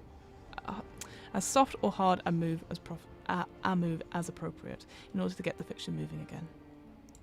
It is your responsibility to respond if a player misses a roll. Your answer will be tailored to the fiction and crafted such that it appears to spring forth from the fiction around their roll. Sometimes a move will tell you what to do on a miss. Follow through on what it tells you with as hard or as soft of a move as you judge proper. That's quite nice that you can judge how to go with the scene, and decide like, okay, they had a really good idea, but the dice didn't go that way. Let's do a softer move, perhaps, rather than like you knew the cost of this. So I quite like that. It is your responsibility to respond honestly when one of your players hands you a golden opportunity. I think that says glorious. Let me have a look.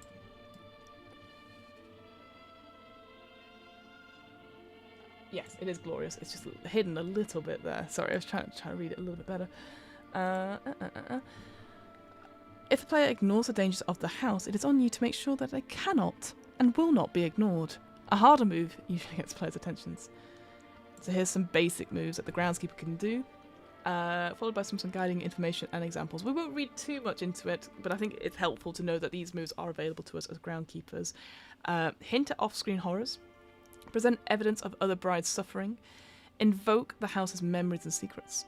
Undermine the bride's senses. Remind the bride of her limits, physical and social. Put the bride in danger, emotional or physical. Inflict trauma as established. So that's the damage. Introduce a servant or horror. Offer an opportunity at a cost. Turn their move back on them. Oh, that's cool. Make a room move. After every move, say, what do you do? So room moves are interesting, is that when you create a room, they can do certain things. So it's almost like, I would describe it as a lair action, but I'm sure it'll tell us in a little bit of detail here. Oh, do I want to go into it too much? Yeah, well, I'll say let's have another half an hour on this, and then we'll I think we're almost there, so might as well do it. Hint at off-screen horrors. The house is active when the bride's back is turned. Horrors may lurk in hallways. Every room has its nooks and shadows where terrible things dwell.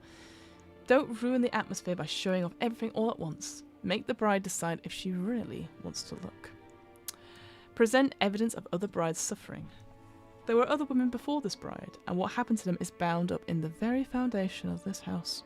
They live in these rooms for longer or shorter amounts of time, and each of them have made their mark, no matter how tiny.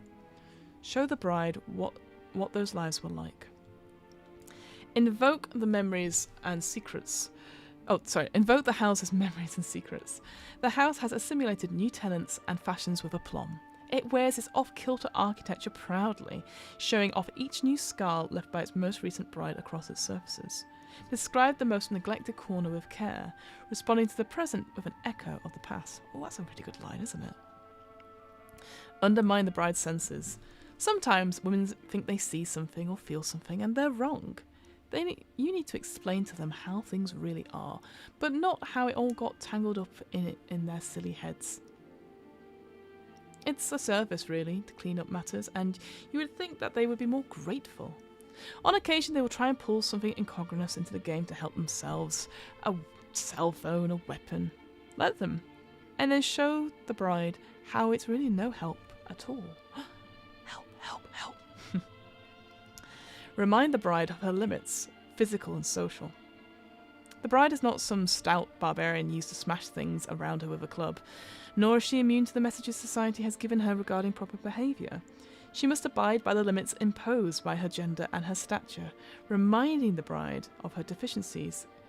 That of her deficiencies can be done with a heavy hand or a delicate touch.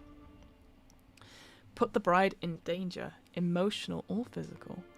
Danger can live comfortably in a bedroom or a kitchen. This is a man's world, and no woman is ever truly safe in it. God, that's so true. That is just a lie we tell ourselves so we can sleep at night, so that the danger stays at bay just a little while longer. Can I just say, I've seen this image before. It's so evocative, these images. So, again, I'd have this as art somewhere. Inflict trauma, as established. Whilst you may not need to search for a switch within the width of your thumb, you still have to make good on your threats. Oh, I see, a switch. The width of your thumb is a whip, yeah. All the hauntings and lessons you give the bride mean nothing if you do not correct her when needed. Some of us women can be obstinate. You know, tell the bride how her trauma manifests itself. Introduce a servant or a horror. The house isn't run on its own, you know. It's full of butlers, maids, grooms, former brides, and horrors, just to name a few. Yet they are quite shy, keeping to the shadows unless you or the bride calls for them. Then name them, and consider their needs and desires, and their relationship to each other and the bride. Then describe them. Offer an opportunity at a cost. The bride will want many things: escape, help, a tiny bit of reprieve, someone to see her side. Offer it to her with a price. Reward the bride with a double-edged gift. Freely given. Oh, that's quite cool. Don't be afraid of tension. Embrace it and make it perfectly clear what you are asking. Turn their move back on them. Sometimes a woman asks for what she wants, so give it to her. Give more than she can handle. The bride breaks down and cries out for help. Introduce a servant that needs her help in a very personal and costly way. The bride fails to caress a horror. Now the bride's changed her mind and decides to join in on whatever atrocity the horror is engaged in. Make a room move. In addition to the moves listed here, you can also use some room threats, which are listed in a couple of pages' time, page 78. These offer a specific way to tailor your responses within a room to match the theme you're chosen. After every move, what do you do? The bride doesn't get out of anything easily, so put the focus back on the sisters by asking what do you do after every description. Make them decide how to act on things you've told them, then open up the conversation to those at the table with you. Oh, look at that moth to a flame. Oh, beautiful. Ooh, sorry, didn't mean to rush. I was too busy looking at that beautiful image. All right, curating the room. So this is the bit, when I first read this through, I remember being so nervous about creating and generating rooms. It was really interesting. So, but I love this thing, and actually thinking about it, I might incorporate it into a workshop I'm running tomorrow. This idea of describing the keys, I think, would work really, really well. So let's see. Just checking something. Yep. Sorry, brain going dead a little bit. Creating the rooms. From the velvet draped boudoirs to misty smoking rooms, each part of the house should be tailored to the players that you have now in the game at this moment. Whilst it's fine to have a few set pieces, some touchstones to go to back when your imagination falters, overall the room should be created as you play. As an important note, the bride is never alone in the house. When she enters the room, the horrors are already there, just simply waiting to be discovered. The first step in creating a room is to have the player with the ring describe the key they are using, and then to use their description to kickstart the design process. Is the key thin or delicate? Maybe this room has a lot of glass or fine china. Is it heavy and dark, an iron key with a lot of wear? Is the room is masculine, maybe a den full of heavy, dark furniture? If the player mentions the key is cold, they might not find anything comforting in the room, or if they mention that it is battered, the horror in the room may try to inflict some type of damage on the bride. If the players try to describe something innocuous, they will find they'll find it twisted in some way. Do not be afraid to ask for more details if the player doesn't give you enough to work with. Upon realizing that you're using the keys to come up with ideas for the rooms, some will hold back on their descriptions, which will simply not do. Press them to elaborate until something strikes you as noteworthy. Oops, sorry. After you have a detail to inspire your design, decide on a room type. You can follow the logical order of a large house, parlours, living rooms. In the front level of in the front of the first level, with kitchens and storage towards the back, bedrooms and bathrooms upstairs, maybe with an attic tucked above or a cellar buried beneath the earth. You can outline a surreal, dreamlike order to the rooms, or you can do both by starting out logically before letting the floor plan go and describing a dreamlike state. And then it gives you some examples of some rooms there. This is on their character sheet, I think. Let me go back to it. Yes, sorry. Ooh, I can't see it. Yeah, so it has it here, this room list that you can look into. So let's have a quick look. So we can have stuff like armory, an aviary, ballroom, bedroom, pantry, guest room. I can see a certain room there, perhaps. Solarium. God, I love solariums. Storage, wine cellar, etc. Den. Oh, great word, den, I think. Anyway, so that's already on the sort of groundskeeper sheet as well. And I love this. We'll come to it in a second, I know, but there's principles and there's the rooms as well. Principles, moves, and agendas on that sheet as well. Sorry, I'm jumping around a little bit because my brain is not with me today. You should describe the room in such a way that the players feel like they are there. Include all the senses and make sure to include some objects for the bride to investigate. Give us an example. Next, settle on a room threat to both underline the horrors that haunt each room and to reflect the aesthetic and vulnerabilities the bride revealed during the character creation. These threats are separated into 4 sort of main categories, with each with subsets reflecting greater refinement. So those 4 big categories are body, motherhood, religion, and sexuality. The player's answers during the wedding preparation. So I must have read that through. I don't remember it at all. As are your guide to the room threats. This is where they'll be telling you where they are interested in exploring this character or what was just at the edges of comfort. This is where you want your game to take place. I'm just going to look back at page 45 because I want to see, did it say something about wedding gifts? Oh, yes, well done, Fiona. The bride lives on. Just zooming out a little bit. There you go. Wedding preparation. Stats. Didn't say it there, does it? Unless, have I missed something? Oh, I did. There is one of the questions there. What gift did you present to Bluebeard before the wedding, and why did you choose this? That went completely from my head. I completely forgot about that one. Sorry, everyone. I'm just an idiot. Moving back forward, creating the rooms. There we go. So yeah, that is on there, and that's where you'd. So yeah, sorry, jumping all over the place. Let me just go back to this again. So, in that sheet, you see here. So those gifts, the wedding gifts, you'd write down each of the ones, what they give, and then that is going to influence, gives you information depending on certain things. So those looks, those are insecurities, because obviously describing the physical aspect of it and then what people think about it, not the bride, that really adds into the security because they are aware of what's been happening and what they're thinking of, what was left behind, what do you miss, what the fears are from that, and then the submission. I don't really know what that means, the word submission in this context, but maybe it's what you're giving up, perhaps what you're I don't know, it's just ways to inspire these room contents and inspire these fears, so to speak. Anyway, just thought I'd bring that back again because it's helpful for me to remember as well. Cool. Aha, here we go. So these are the room threats, and yeah, the subsets are here as well. This is also very helpful if you do the session 0 and somebody goes, I don't want to have anything to do with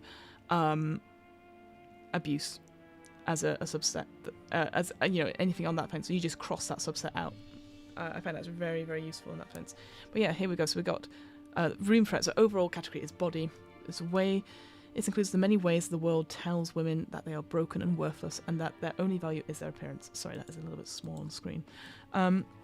Subsets are that to do with this room include like beauty standards, disability, eating disorders, gender, illness, and then some of the room moves that go into that, like taking things away. So what we've got here, we've got like showcase a floor for everyone to see. So I can imagine like having mirrors and they're showing something that, like, I don't know, like a rash coming up, or like your hair falling out or something like that. There you go. We got make her hair, teeth, or fingernails fall off. What? On the other side, we've got motherhood. This includes a relationship between mother and child, as well as hopes and fears towards being a mother herself. And the subsets that you could sort of lean into are abuse, estrangement, family, grief, sacrifice. And some of the room moves we've got here are like using physical discipline to remind her it's her fault. Show her what could have been through reflections. That's quite a cool move as well. Reveal physical evidence of an abortion or stillbirth. Again, that is something I might be like, I'm not going to have that in this game. If that's come up with, as a boundary for people, because sometimes it does. So there you go. I think for me, I will say I'm not a big fan of talking about pregnancy and abortion to that extent myself. So I would probably remove that from my games in general. Like, I'm very happy to have children, because I think children are very creepy. It's a very good trope. But anything to do with babies, harm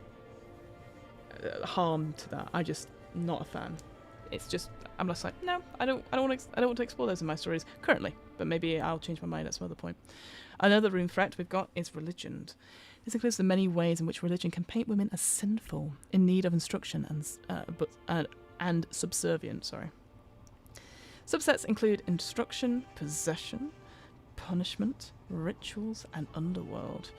Some of the moves we've got here is educate her on how to be a pious woman, possess an object in the room like a bed or a dress, tempt her with sinful acts, orgies, theft, or murder, celebrate her marriage to Bluebeard. Ooh, that's quite a cool one. And then finally we have sexuality. This includes how women are taught their sexualities belong to others, and that their bodies are not their own, or how others view their bodies. And here we've got subsection of abortion, humiliation, nymphomania. Sorry, sometimes it takes me a little while to like get the words in my head. Perversion, sexual violence. Break her sexuality with critiques of aggression as one of the room moves. Infect someone with sexual disease. Oh gosh. Condemn a partner or child with violence or words. So there you go. Some examples there. I think it does have it, I seem to remember, on the room threats. Let's go back to that sheet and have a look, see.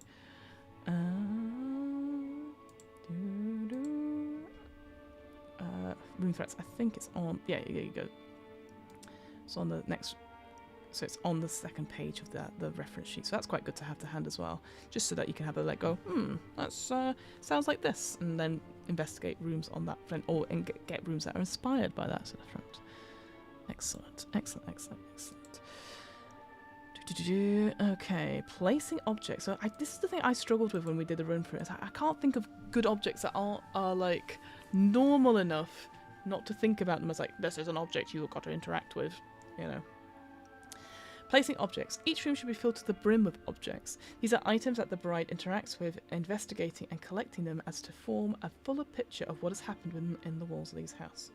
It is your responsibility as groundskeeper to provide the bride with lovingly furnished rooms within which to roam, and a plethora of clues which will eventually reveal Bluebeard's monstrosity. Tokens. The bride collects tokens of faithfulness or disloyalty in order to exit a room. These tokens are something that the bride takes from the room as proof as either her faith in her husband is well placed, or that she is clinging to her unkind suspicions about him. It doesn't matter if Bluebeard is actually a killer, these rooms are a test of the bride, separate to Bluebeard's actions. The players can decide what the narrative of the room is and what qualifies as a token. It doesn't have to be something the bride can realistically carry, nor do the players have to describe how they carry it in a wedding dress that is likely has no pockets. Haha, incredible. Objects can shrink and distort, and the only rule is that they must follow that is that they are objects. The bride cannot collect people as tokens. Thus, it is your responsibility as the groundskeeper to provide the... I've said that once. Sorry. Thus, it falls to you, the groundskeeper, to provide the bride with possible tokens.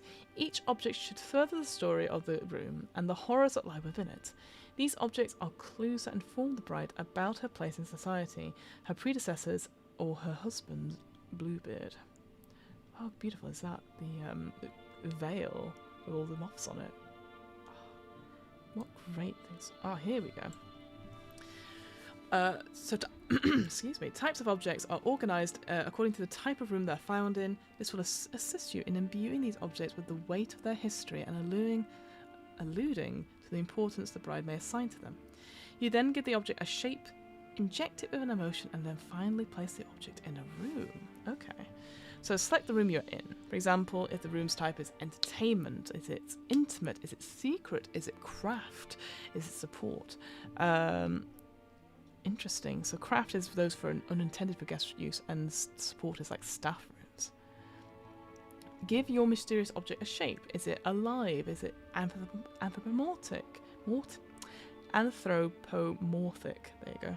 Misshapen, pristine. Inject with an emotion. Does the bride sense, feel, or see hunger or insecurity, obsession, rage, or scorn? And then place your mysterious object. Is it displayed, locked away, abandoned, veiled, invisible until provoked? I wonder, is that on one of the sheets as well? Let's have a look. See, sorry, I know I'm going back and forth, but I want to know. No, it's not really on there. It just gives you an example of the room, and then yeah, no example of how to make objects. That's a bit of a shame. I think I would include that as a reference sheet as well, because I do think it's kind of important. Like going through things, injecting it with the emotion, it seems to be quite the important thing there. I'll also just zoom out a little bit on that one. Cool. What was I looking for? Yes, that was it. Sorry. There's an example there. Great. Don't need to look at it. Alright, managing NPCs. The Bluebeard's house is full of servants. It's a lot of work to run a large household, and most of that work takes place out of sight in the back staircases and cramped, overheated rooms.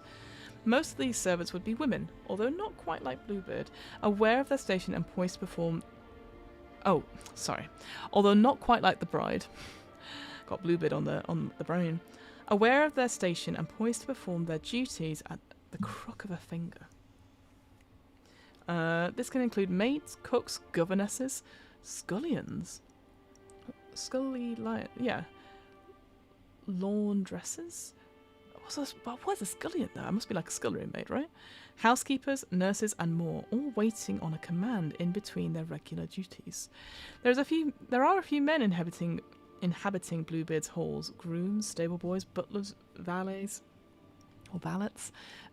footmen, pages, gamekeepers, gardeners, kennel masters, and the like, but their interactions with the lady of the house would be less frequent. It's good to know. Women run the house that Bluebeard lives in. They know its secrets and its quirks. They do the laundry, cook the meals, clean up the mess that Bluebeard leaves behind. Bluebeard's house is also full of horrors. There are dead brides. Help! Those who have entered the final room and now live under this roof for eternity. Some resemble the current bride, whilst others are fairer, but all are dead. There are other horrors, spectral companions to the dead brides who haunt the rooms and wait for a young innocent to find them. Some are dogs, or doctors without faces, terrifying, or a line of silent women barefoot with their eyes sewn shut. But they all perform their function in the house that Bluebeard lives in. They know its dark corners and hidden places. When introducing a servant or horror, remember to make them memorable, whether it's through their manner, activity, or appearance. All the servants and horrors have something to impart to their current bride, so you should reflect that knowledge in their interactions. And since servants can be horrors and the horrors can serve, do not trouble yourself too much as to which side of the line your creation is on. They may turn from one to another before you realise it. Soon you may ask, is there really a line at all? And here's another. Oh, you see, this again would have been really useful to have as a reference in that thing, so... Excuse me.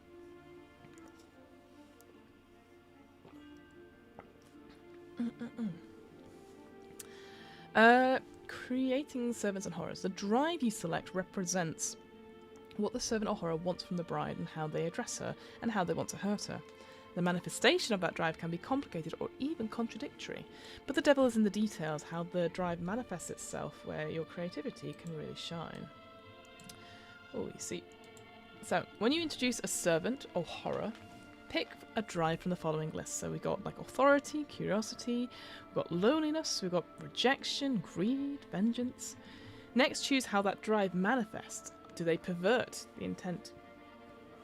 Do they physically display the need? Do they prey on the bride's sympathies?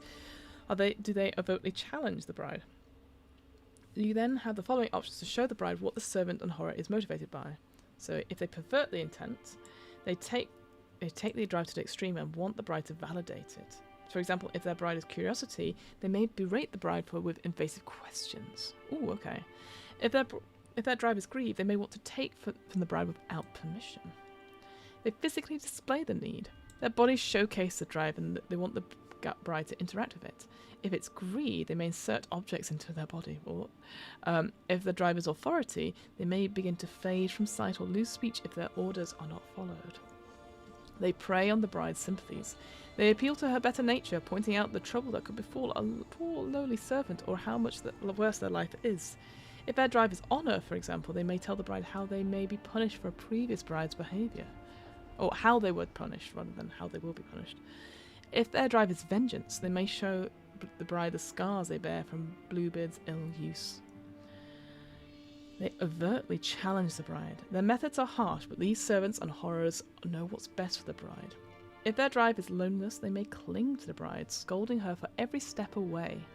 If their drive is rejection, they may each word they use to castigate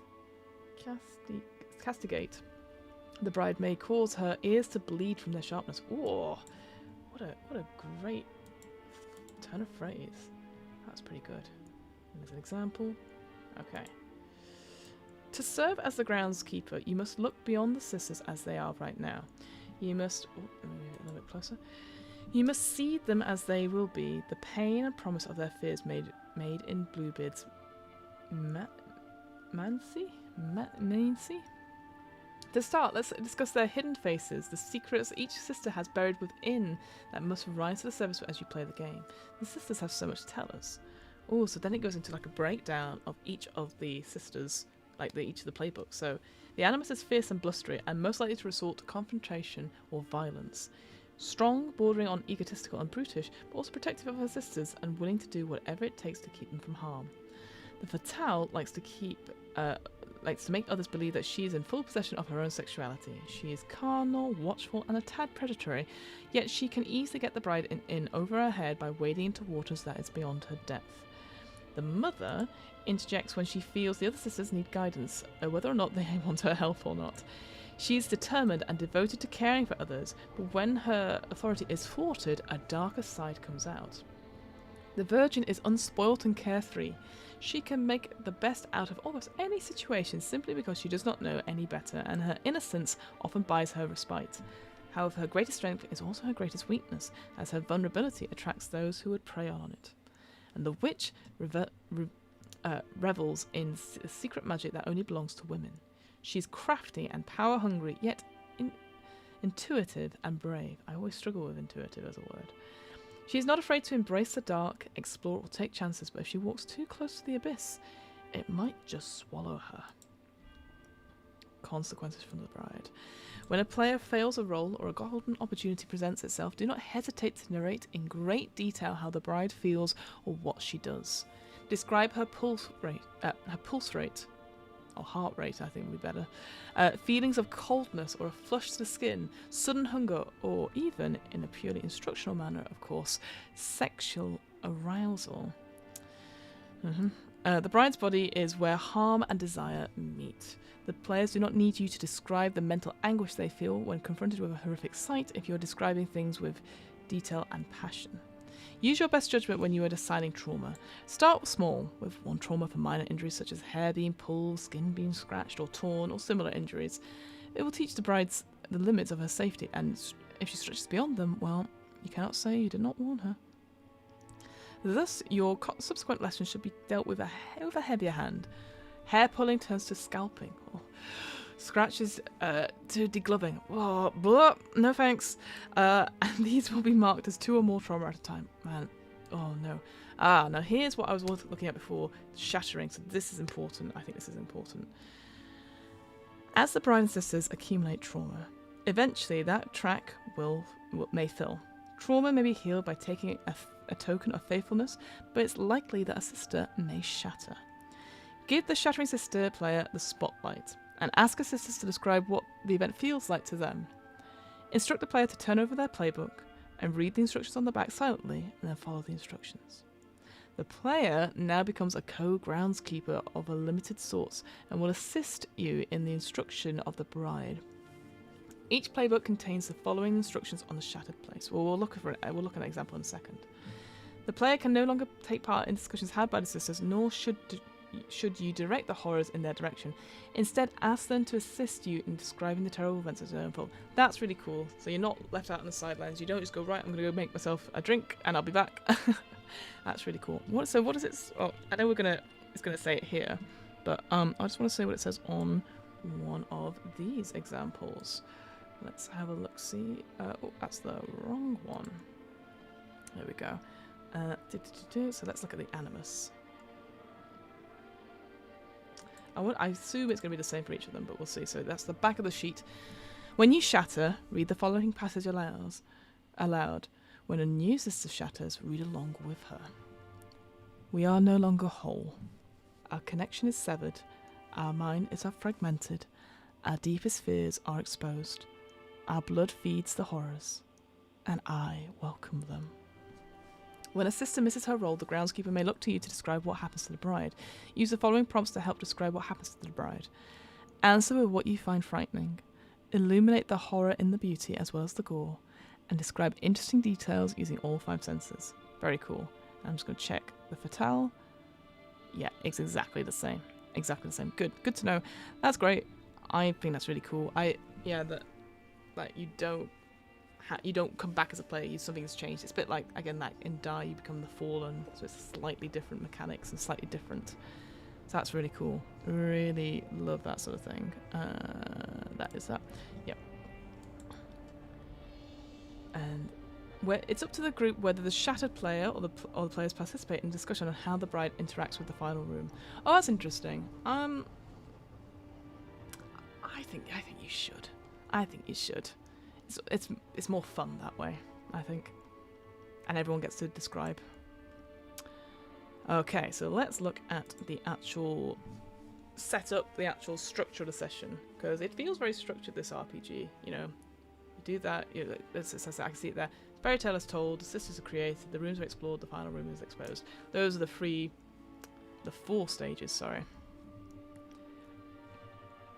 So, let's look at this. I'll zoom in a little bit. So, the fairy tale is told. You may tell the version provided on page 16, or another version of your choosing. Tell the players that some versions of the fairy tale end with the bride's brother saving her, others end with her mother saving her, but in some versions the bride dies. I didn't know that. Remind the players that there is a difference between fairy tale and the game you're about to play. You'll be creating the story together as they explore the house rather than adhering strictly to the fairy tale. That means that nothing is certain in Bluebeard's house. The sisters are created, so feel free as the groundskeeper, to take copious notes as your players work out the details of their bride during the wedding preparation. I do like how it's called wedding preparation, actually, now that I think about it. Now that I've reread it properly. Use these details to populate the rooms with their fears. That should be bold and underlined, by the way. For example, does the virgin mention how she will miss the long walks in the field while she's married? That's a signal to take away the bride's freedom in a room. Does the witch crave more power than over unnatural forces? Show the bride how dark magic can get. The sisterly bonds are meant to expose the cracks in the bride's facade. Their bickering will give you fuel for future horrors. Walk them through the rest of their playbooks and do not worry if it seems to take a long time. Allow them the space to grow attached to their bride. Now, it does take a while. If you're using all 5 of those playbooks, it takes over an hour and a half. I can say that from experience. So if you're like, okay, we're going to play it for 3 hours, make sure there'll be a break after you create the sisters, I think, and that wedding preparation stuff, but you just need to double check, I think. Thanks, funded Consum. I'm alright, thank you.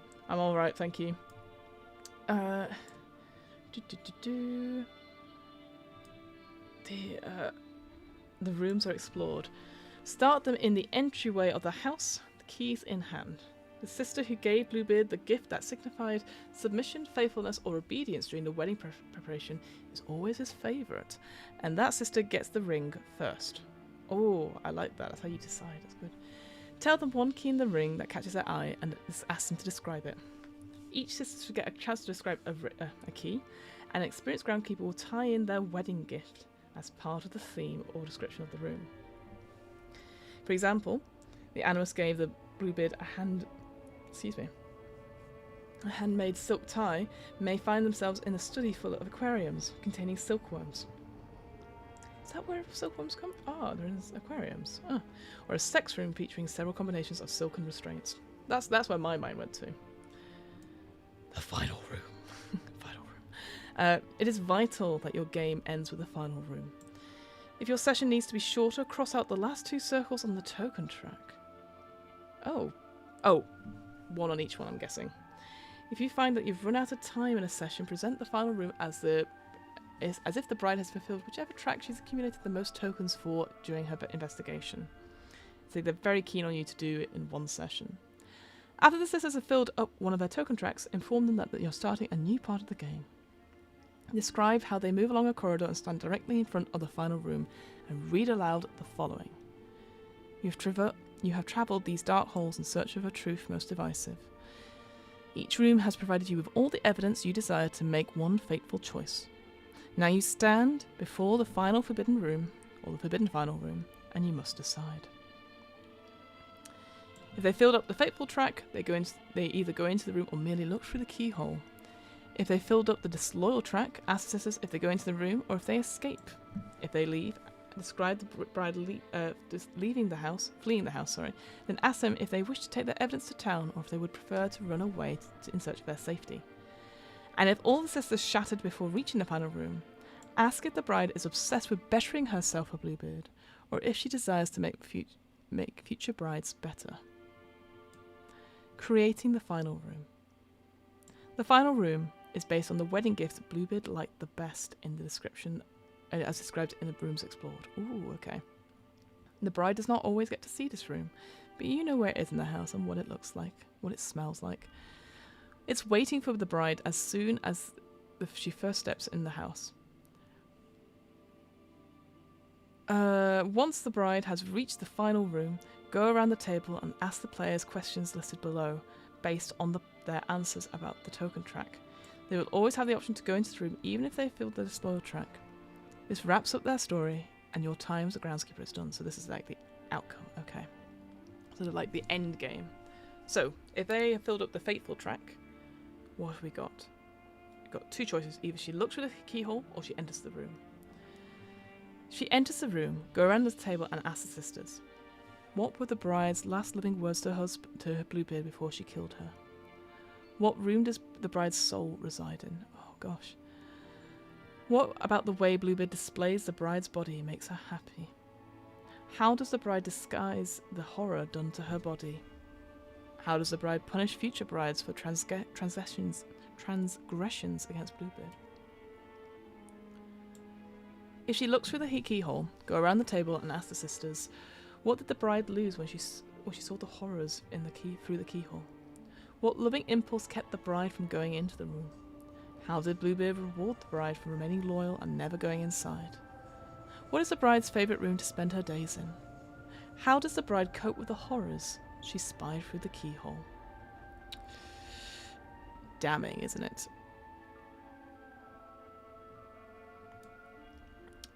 Disloyal, though. So if we collect enough tokens for the disloyal check, she's got a choice to make. Does she present the... Hang on, I thought it said that she could go in no matter what.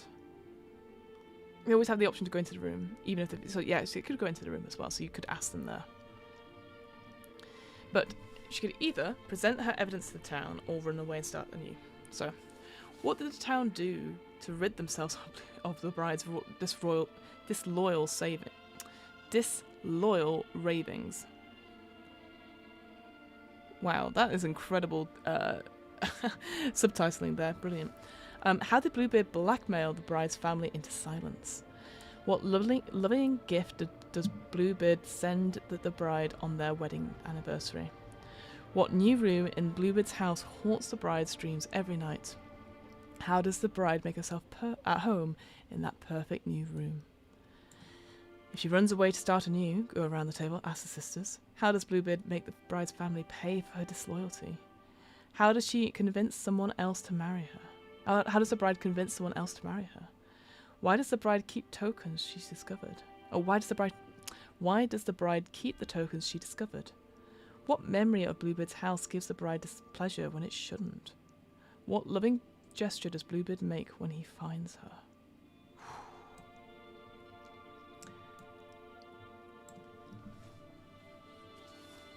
And finally, the shattered outcome. When the bride shatters completely, her fragmented mind now craves things it didn't before, and it's time for her to make a choice. She either becomes a horror, obsessed with bettering herself for Bluebeard, or she becomes a horror that desires to make future brides better. So, bettering herself means, what room does the bride's soul reside in?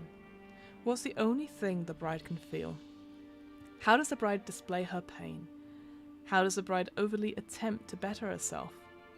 Why do the bride's efforts to better herself fail over and over again? To make future brides better, questions are, what room does the bride's soul reside in? How do future brides of Bluebeard see the bride? What's the only thing that feeds the bride and makes her feel alive? What high hopes does the bride have for future brides? How does the bride force her vision on future brides?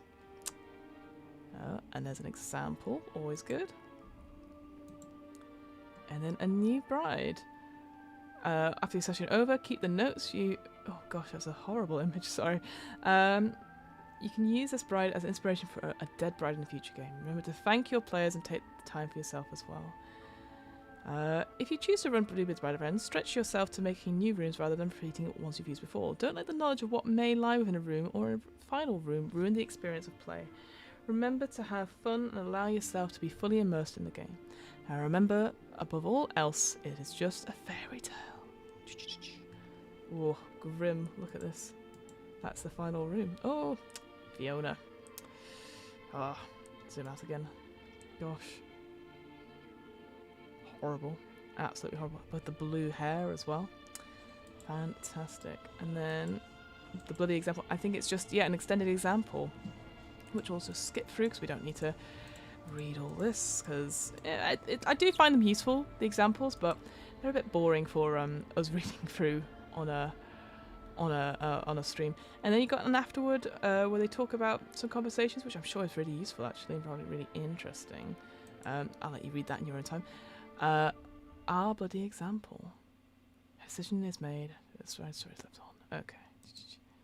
And then this is the mediography,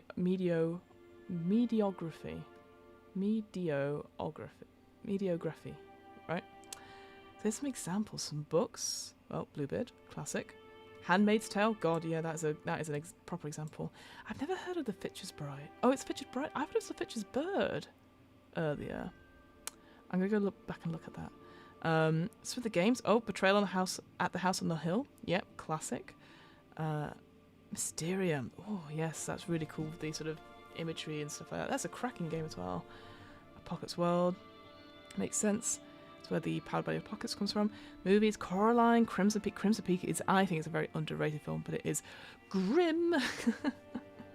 The Orphanage as well. Very grim film. Ex Machina as well. Some music. Crimson Peak soundtrack. That's a good one actually. I might actually grab that one. Pan's Labyrinth. Another cracking soundtrack. I like how it's a mixture of soundtracks and film scores. Oh, Bram Stoker's Dracula film score there. Yeah, and then some other ones there. That's quite good. Ooh, Amnesia. Well, they've brought out quite a few of those recently. That's pretty good. Papa Sangra 2. That is a really interesting one. That's all about sound and using your phone to move around and stuff. It feels very whatever that, I can't remember what it's called. That is it. Spatial sound, spatial audio, where if you turn around you can hear things and then you have to go in a certain direction. That's very, very cool. Pembroke series, also by the same people that do Amnesia as well. Silent Hill, of course. Lots of scary stuff in Silent Hill. And then we have the excuse me. Oh, excuse me. And then we've got I've got the character sheets at the end there as well, with some stuff. Oh, whoa, that's a very big ending back cover. Well, there you go. That is Bluebeard's Bride. What I think I'll do, she says, trying to do it off camera so you don't see it. I think I'm going to download my version of the Book of Rooms, because I think that is it. Just to show you an example of these rooms, and I don't think it really said about describing how. So you got describing the key, but there's a certain way you say they go into the room. Let me just find this Book of Rooms first. Book of Rooms. Yeah, that's the one. We should download it. There we go. It's about 100 pages or so, so you get quite a lot. And what I like about it is that it does a double spread of the room coming into it. And there you go. It's downloaded. She says. There you go. Open that up for me. No, not in there. How professional is this? Look, Fiona's like, oh.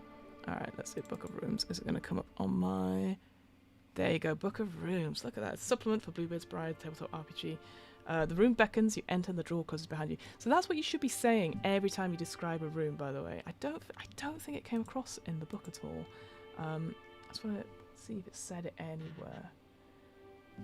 I'll just have a check.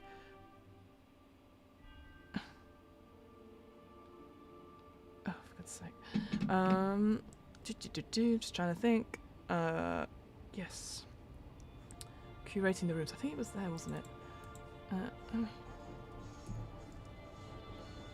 What do you do? Curating the rooms. Here's some examples. Just trying to see where it said it. There's definitely a way of like saying they go into the room. Maybe it was only in their descriptions and stuff. Sorry, I'm jumping around trying to see if I can find it.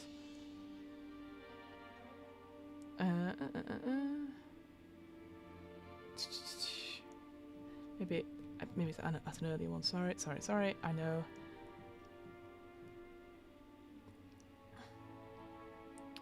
Fiction interruptions. Servants.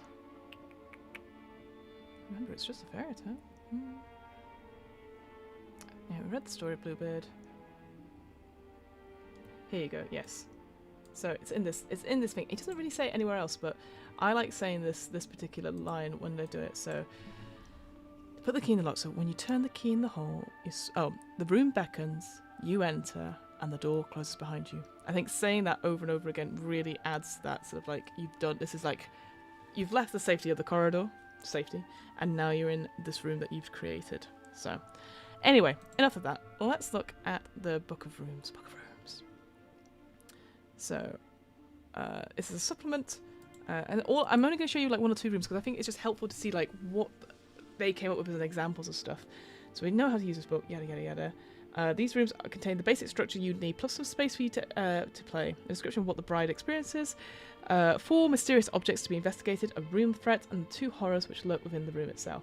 We've left the remaining 2 objects open so that you can choose them as base custom horrors. Exactly. What? That was terrifying. So the north wing. So I quite liked how in this book it's a north wing, south wing, east wing, and west wing. All good stuff. So yeah, and it breaks it down to that entertainment stuff as well. I think if I go back to the so it'll be entertainment. I'll be support, servants one. What did it say? It was like craft, and then something else. I couldn't remember what it said. We'll look at it. So you get the image of the room, which is great, which I love. Again, maybe I would show this to the players. And then the room threat, religion, underworld. And that sort of defines what the room is. So this one. And yeah, it says it there. What I like about it, so each of these rooms, it sort of says, like, oh, this is what the door is described up here. So the dark wooden doors have 2 handles shaped like the keys of pianos, which gleam in the light of the hallway. Pressing down on the keys prompts a soft plinking that echoes through the doors as they open. The room beckons, you enter, and the door closes behind you. Then you describe what the room is. So this giant circular room has a domed ceiling and is filled with finely made musical instruments. Pianos, cellos, flutes, violas, drums, guitars, harmonicas, bells. Any instrument you can imagine can be found here, including a strange metal box with a series of knobs and a long antenna producing from one end. Oh, there you go. It's a theremin, my favourite. Oh, what a fabulous instrument. A circle of high-backed chairs, each with a single sapphire blue candle placed on a seat, surrounds the metal box as if silently waiting for a show to begin. Frescoes depicting a parade of musicians adorn the walls, with the marbled floor is decorated in a concentric circle patterns of musical notes. How beautiful. Oh, gorgeous. Mysterious objects. Oh, so this is what I was talking before. So the mysterious objects is, we've got patterns on the floor, got the theremin, got the fresco, got the high-back chair. So those are like the 4 objects that could be investigated, and that's what's included in the description. And then what they said they did is that they get the horrors and like what this means. If you interact with this object, this is the horror that gets into it. And they've only done it for 2 of them, the fresco and the theremin. I'm going to read out the theremin one, and then we'll call it a day. When you run your hand over the strange box, it emits a soft wail. The closer your hand wanders to the antenna, the higher the pitch. As the instrument's wail grows louder, crying out like a woman in pain, it contorts into the shape of a woman's torso. Her breasts are mutilated, her intestines strung up and tied around her neck, and a crimson blood pours onto the floor and mats her flaming red hair. The musical note laid into the marble floor takes on an eerie glow. The scream intensifies and a dark power surges through your veins. Insects fly from the instruments with a cacophony of sound, forming a swirling mass around you, the eye of the storm. How cracking is that? Oh, love it. So yeah, there you go. So those are the examples of rooms. I'm just going to flick through a couple of them. Terrifying. A hand in the art gallery there. Yeah, the gallery. I think I used this one, the tea room. I've used that one before. That was pretty sweet. So yeah, I hope that they do more supplements for Bluebeard's Bride. I mean, it's been some years now, but yeah, just a way to have maybe community content perhaps, so that you got more ideas for rooms and stuff. I know that like there's other supplements, so the Book of Mirrors, that was a different kinds of aspects of the sisters, a different kinds of way of doing that, and a different place set as well. But there you go, that is Bluebeard's Bride. Sorry, that took almost 3 hours. That's a bit longer than I normally do, but I thought it's kind of important to go through it because I think it's such a interesting, evocative game.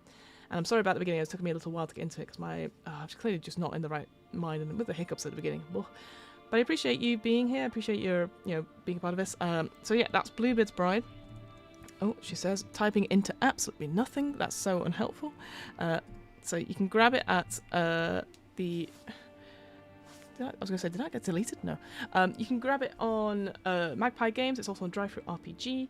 I feel like I would recommend getting the Book of Rooms supplement if you wanted to check it out. Probably as a PDF. Honestly, I recommend getting a proper full version. I tell you what, let me move to my big camera only. I do recommend getting a full version just because it's... just wandering through, and it helps the players as well, giving it to the players so they can look up like ring moves and stuff as you go. I think it's just a beautiful book to have as well, and it's very evocative. Like I said, mine one's a bit dark. It's a bit dark now because I've had it for so many years. When did it first come out, I wonder? Did it say? No, it doesn't really say. Usually it tells you. Oh, that's interesting. Should have known this, but the little book at the back that's the extra player sheets and stuff, so you can have it, you can take it out and copy them, etc. Like I said, I think overall my feeling is that I kind of wish there was an update for an online version, considering that quite a lot of our games are remote now or online, just in the sense of like accessibility, in terms of like form fillable character sheets, a way to share all the stuff, maybe like a way to do like drop down menus, etc., to get certain moves in. Like there's not much in terms of game mechanics really. So everyone's got 2d6 or can use a dice roller online. I would love to see more ways to generate horror content, and like how to come up with good servants, how to come up with good objects, how to come up with good rooms. Like have an online generator for that. It's quite cool. But I think my favourite bit about this is the way it sort of it gets people to like describe the key, now describe the door that is going to lead into and the room that is. So I think I'm definitely going to take that into the workshop tomorrow. But there you go. Thank you so much for being here. If you're still with us, I see one person who's watching us. I don't think it's me. But thank you for being there. I appreciate it. If you are interested in any other read-throughs or anything like that, if you want to listen to some actual plays, we have done an actual play of Bluebeard's Bride on Where. It was a couple of years ago. It was a live stream. But I recommend checking it out. It gives you a good idea. It's split into 2 as well, or split into 3, I think, episodes. So I recommend checking that out. If you really want, come and talk to me on Discord. We've got a Discord channel for both What Am I Rolling, and the DM's Book Club, which is a D&D podcast. We talk about some lore and how we can improve it in our role-playing campaigns. I'm losing my voice, so I better just go and get some water, get us a cup of tea. But thank you so much for spending a little bit of a spooky evening with me. I very much appreciate it. And I'm going to look to the end of screen button. I'm just going to wave and say goodbye.